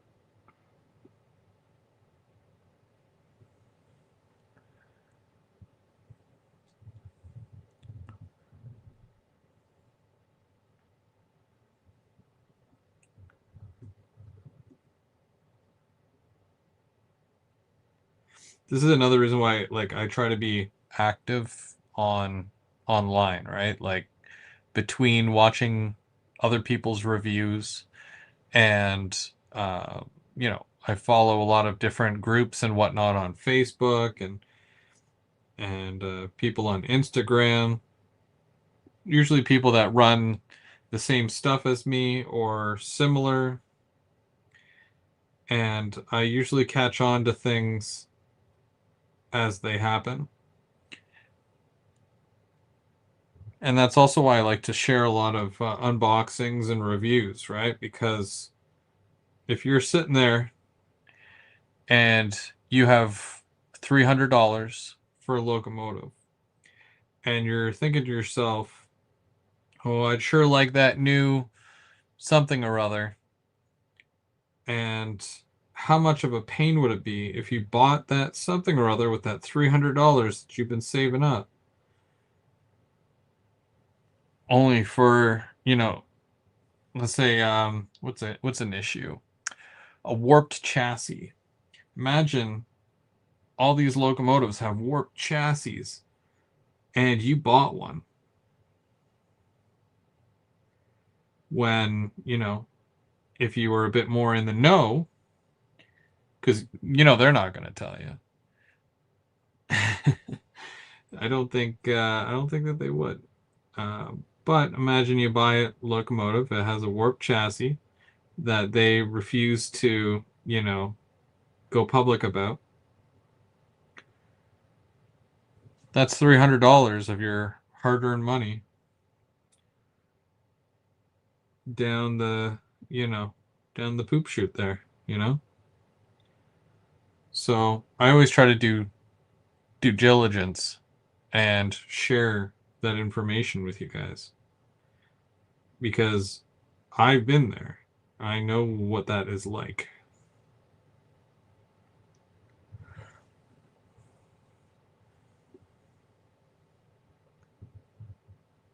I will definitely hold off from buying something if I know that it has had a lot of issues. Oh, sorry, Mike.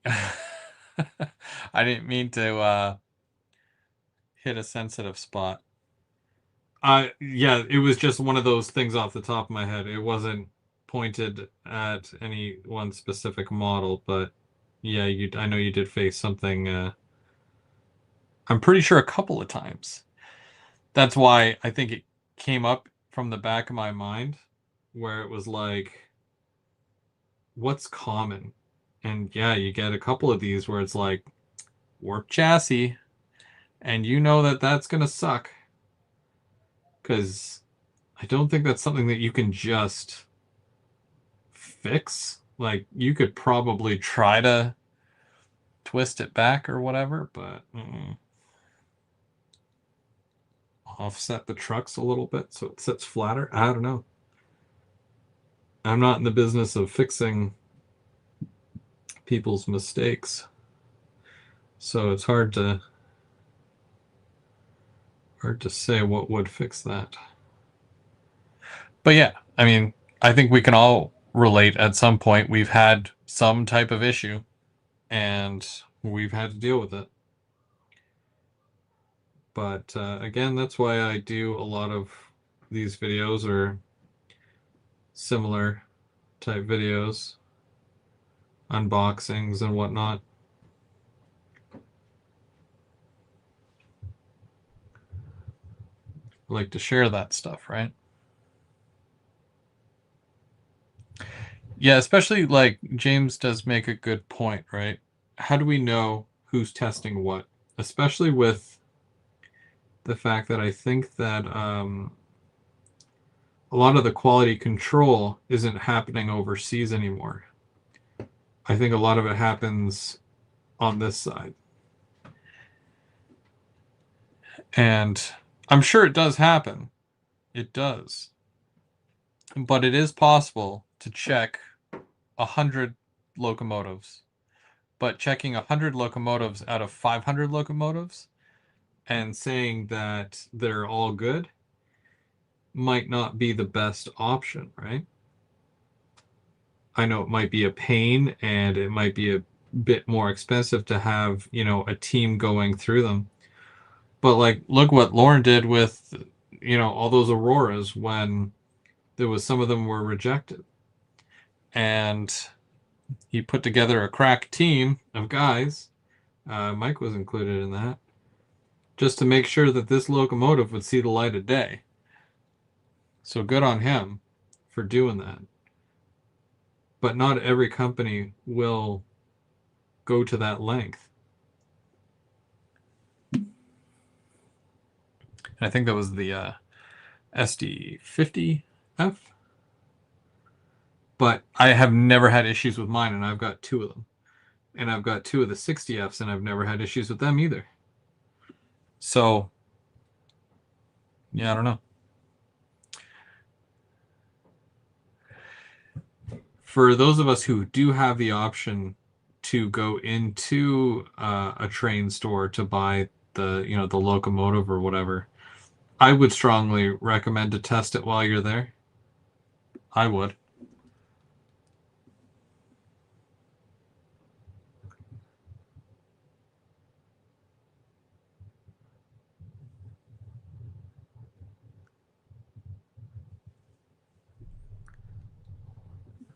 But obviously, if you're getting it mailed to you, I think within the first day or two of receiving it, you should open it, take it out of the package, and try it.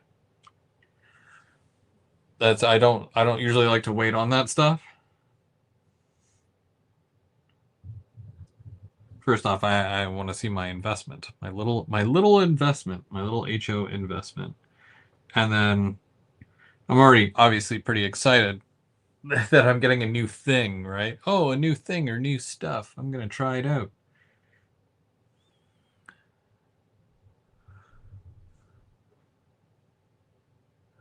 It almost becomes like a,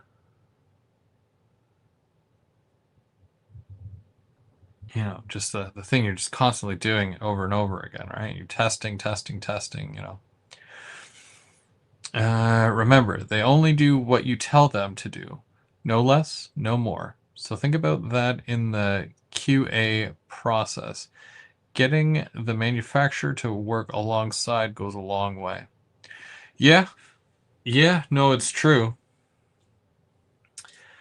Sometimes when it comes to the whole design process and whatnot, some companies are a little bit more hands-on. Others, not so much.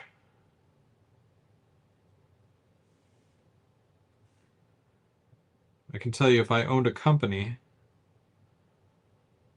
I would be going through every single one of those locomotives myself to make sure there was no issues. But that's just me. Now, I can tell you, and I can't confirm any of this because, none of it's public. However, I know that Prairie Shadows did receive their locomotives. I saw a post about them receiving them. And that was, I want to say that was the end of January. So now that it's the end of March, where are these locomotives? Well, there's a couple of options here. And, depends how optimistic or pessimistic you are. You might lean one way or the other. One way would be that they're botched and they found an issue with them right out the gate. And they can't release that to the public because that's, I think, their first locomotive. And they obviously don't want a bad rap on their very first locomotive. So they're doing due diligence to make sure that they're all okay before they hit the shelf or they send them out or whatever, which is the right thing to do. The other thing is that they might just want to check them anyways. They might be fine, but they're probably just doing due diligence.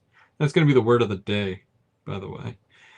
And, they could just be proactively checking all the locomotives to make sure that they're all good before they leave the warehouse.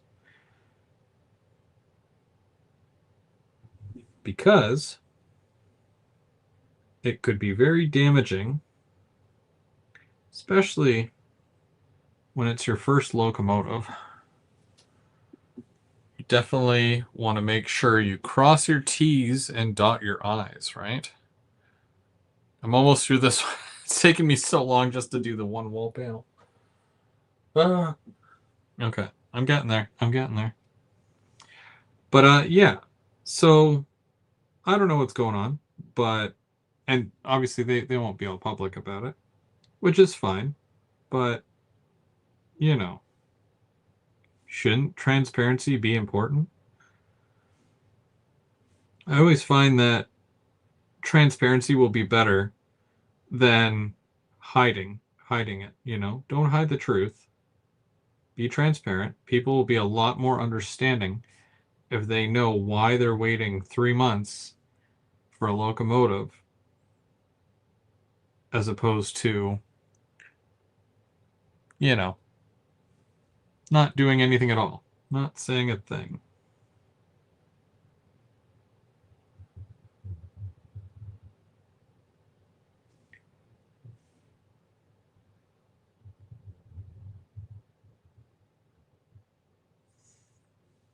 Now, am I waiting for one of those locomotives? No. No, they're all CP, so it doesn't really affect me.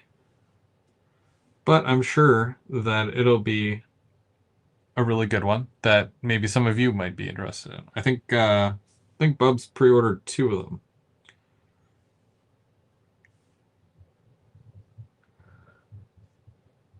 but I still get really excited when cool locomotives come out.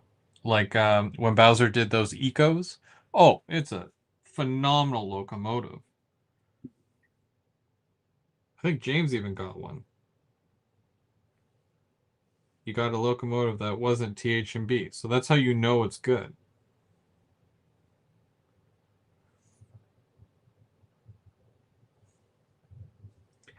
But yeah, so for these ones here, I mean they look very sharp. It's a very sharp looking locomotive.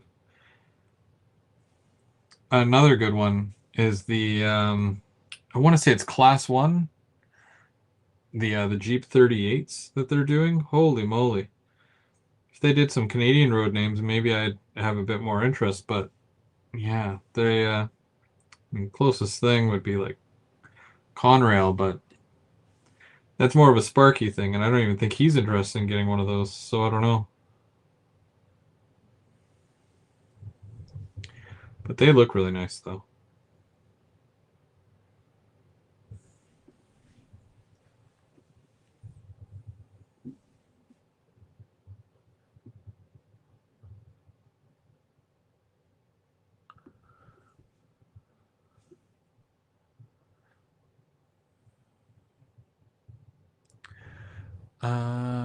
Let's see. All my proto locomotives still run great, and they are close to 25 years old.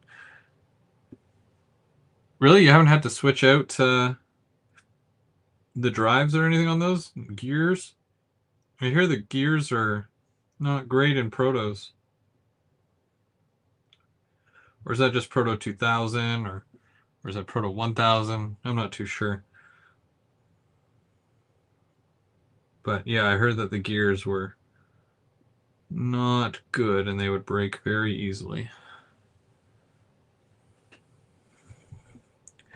My Athearn Genesis ONR SD75Is are almost as old and they run great too. Are those the ones from the old yellow box? I had a couple of those. They were okay. They were fine. I had a couple of the Genesis ones and they stuttered an awful lot.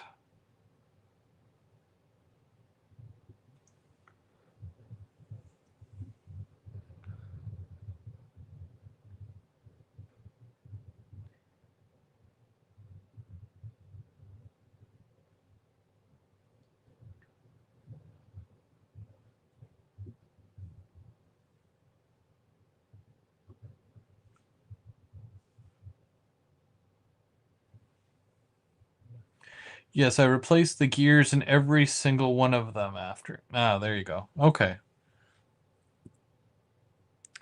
You're going great guns there, Chris. Almost have to. Oh, yeah. Well, I mean, it's 9 o'clock, or it's shortly thereafter, right? So, what I might do is I might finish off this little part here, and then I'm gonna call it a night,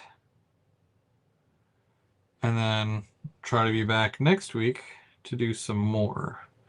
I feel like I've got like 500 different little projects on the go with the layout. And here I am starting another one. What's one more, right? But yeah, no, I really enjoy building the kits. And I'm not sure what's going on Thursday. It's supposed to be GBO After Dark, but I've got all this new stuff recently. You know, new locomotive from James, and then all my reefer cars, which you're gonna see the review about that tomorrow. And then I've got some cool box cars, you know, all the new box cars that Rapido did. Got a bunch of those as well. So I might do just a train run on Thursday. Yeah, on Thursday.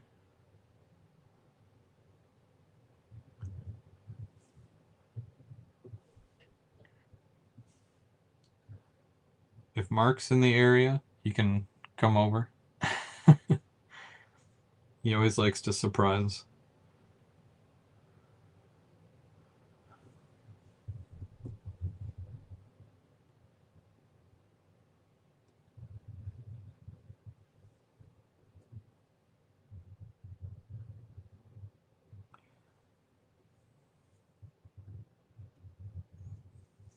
Yeah, I work tomorrow at 7 a.m., so not fun. I worked at 7 a.m. today as well, so getting hit with the tires, you know. Probably gonna have to retire for the night. I'm gonna show you this though. So we got that far. Again, doesn't look like too much right now. Wait on it. We'll finish this half either during the week or maybe next week. And then we'll start on the second layer. These are already done. So yeah, I'll be able to pop these in at some point. And I'm going to want to weather these a bit too before I pop these in. But we're getting there. Wonder if I can show you. Give me 1 second. I'm going to see if I can show you what I've done with this this concrete slab.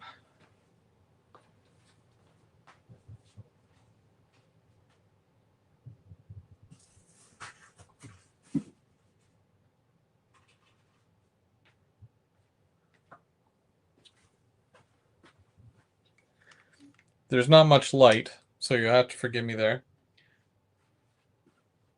But more or less, it's way back in there. You can kind of see it behind the box cars. It fits in there just like a puzzle, and I can remove it and then take that anywhere. But I put the building just off to the side here just for now, because I knew I had to remove the that whole section there. But I do have the sorry, I'm gonna just do one of these. Whoop. I don't know what you can see here or what you can't see, but I'm just gonna move this for a second.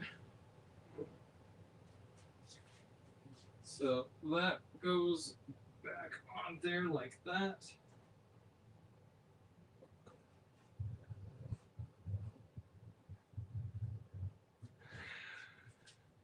That goes there. So there's still a lot more to do with it, but you can kind of see that I've got the there's a riser there, and then I put cork up to it, so I'll run the track right up to the double crossing there, the double throw crossing, and then the building I'm working on now is going to go right here, so it's going to go to the left of that building, and then I'll be able to fill this in a lot more, hopefully. Should be fun. Should be good. I'm trying to, you know, finish this whole section here. It's a little difficult, but there's the reefers there, so you know I've been filming. But yeah, just wanted to kind of show you that, just to kind of give you an idea of what I've been working on. It's a lot, but it's keeping me busy for sure.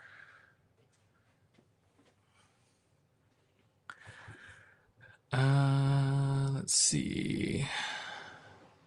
Delaware and Hudson, Berkshire, Multimark.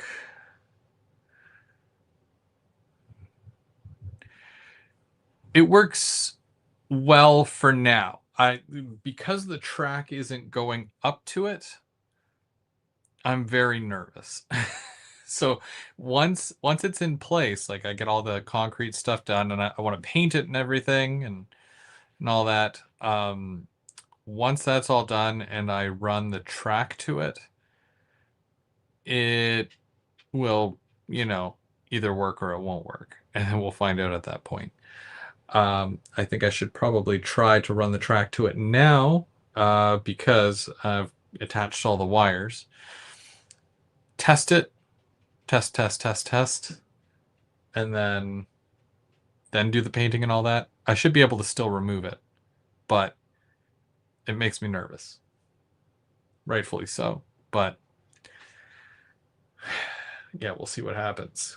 That might be one of those things for another day. Maybe we'll take a look at that on a Thursday, third rail Thursday, possibly, and then we can really break it down, take a look, and see how it works and what kind of cars I can use on it. I mean, it's only 2%, right? So it's not really terrible, But the transition should be okay, and um, box cars, right? As long as they have a good amount of weight to them, I should be able to move the box cars around up there, even the gondolas, right? Like I was saying, there should be like a little section there for drop off and pickup of gondolas, like empties and whatnot, and or full ones. So we'll see what happens. For now, this is the new kit. So look for more time on this kit, I guess, in the future, because there's still a lot more to do with it. So we're getting there. But I am Go Veer, Go Home. Thank you so much for watching. Thank you so much, everybody, for hanging out. But I've got a train to catch, so. And this is telling me that I have to update my computer. Thank you for that. So Monday night, we got James and Trackside Mike. And then come back here Thursday, and we'll hang out, maybe run some trains. See you, everybody.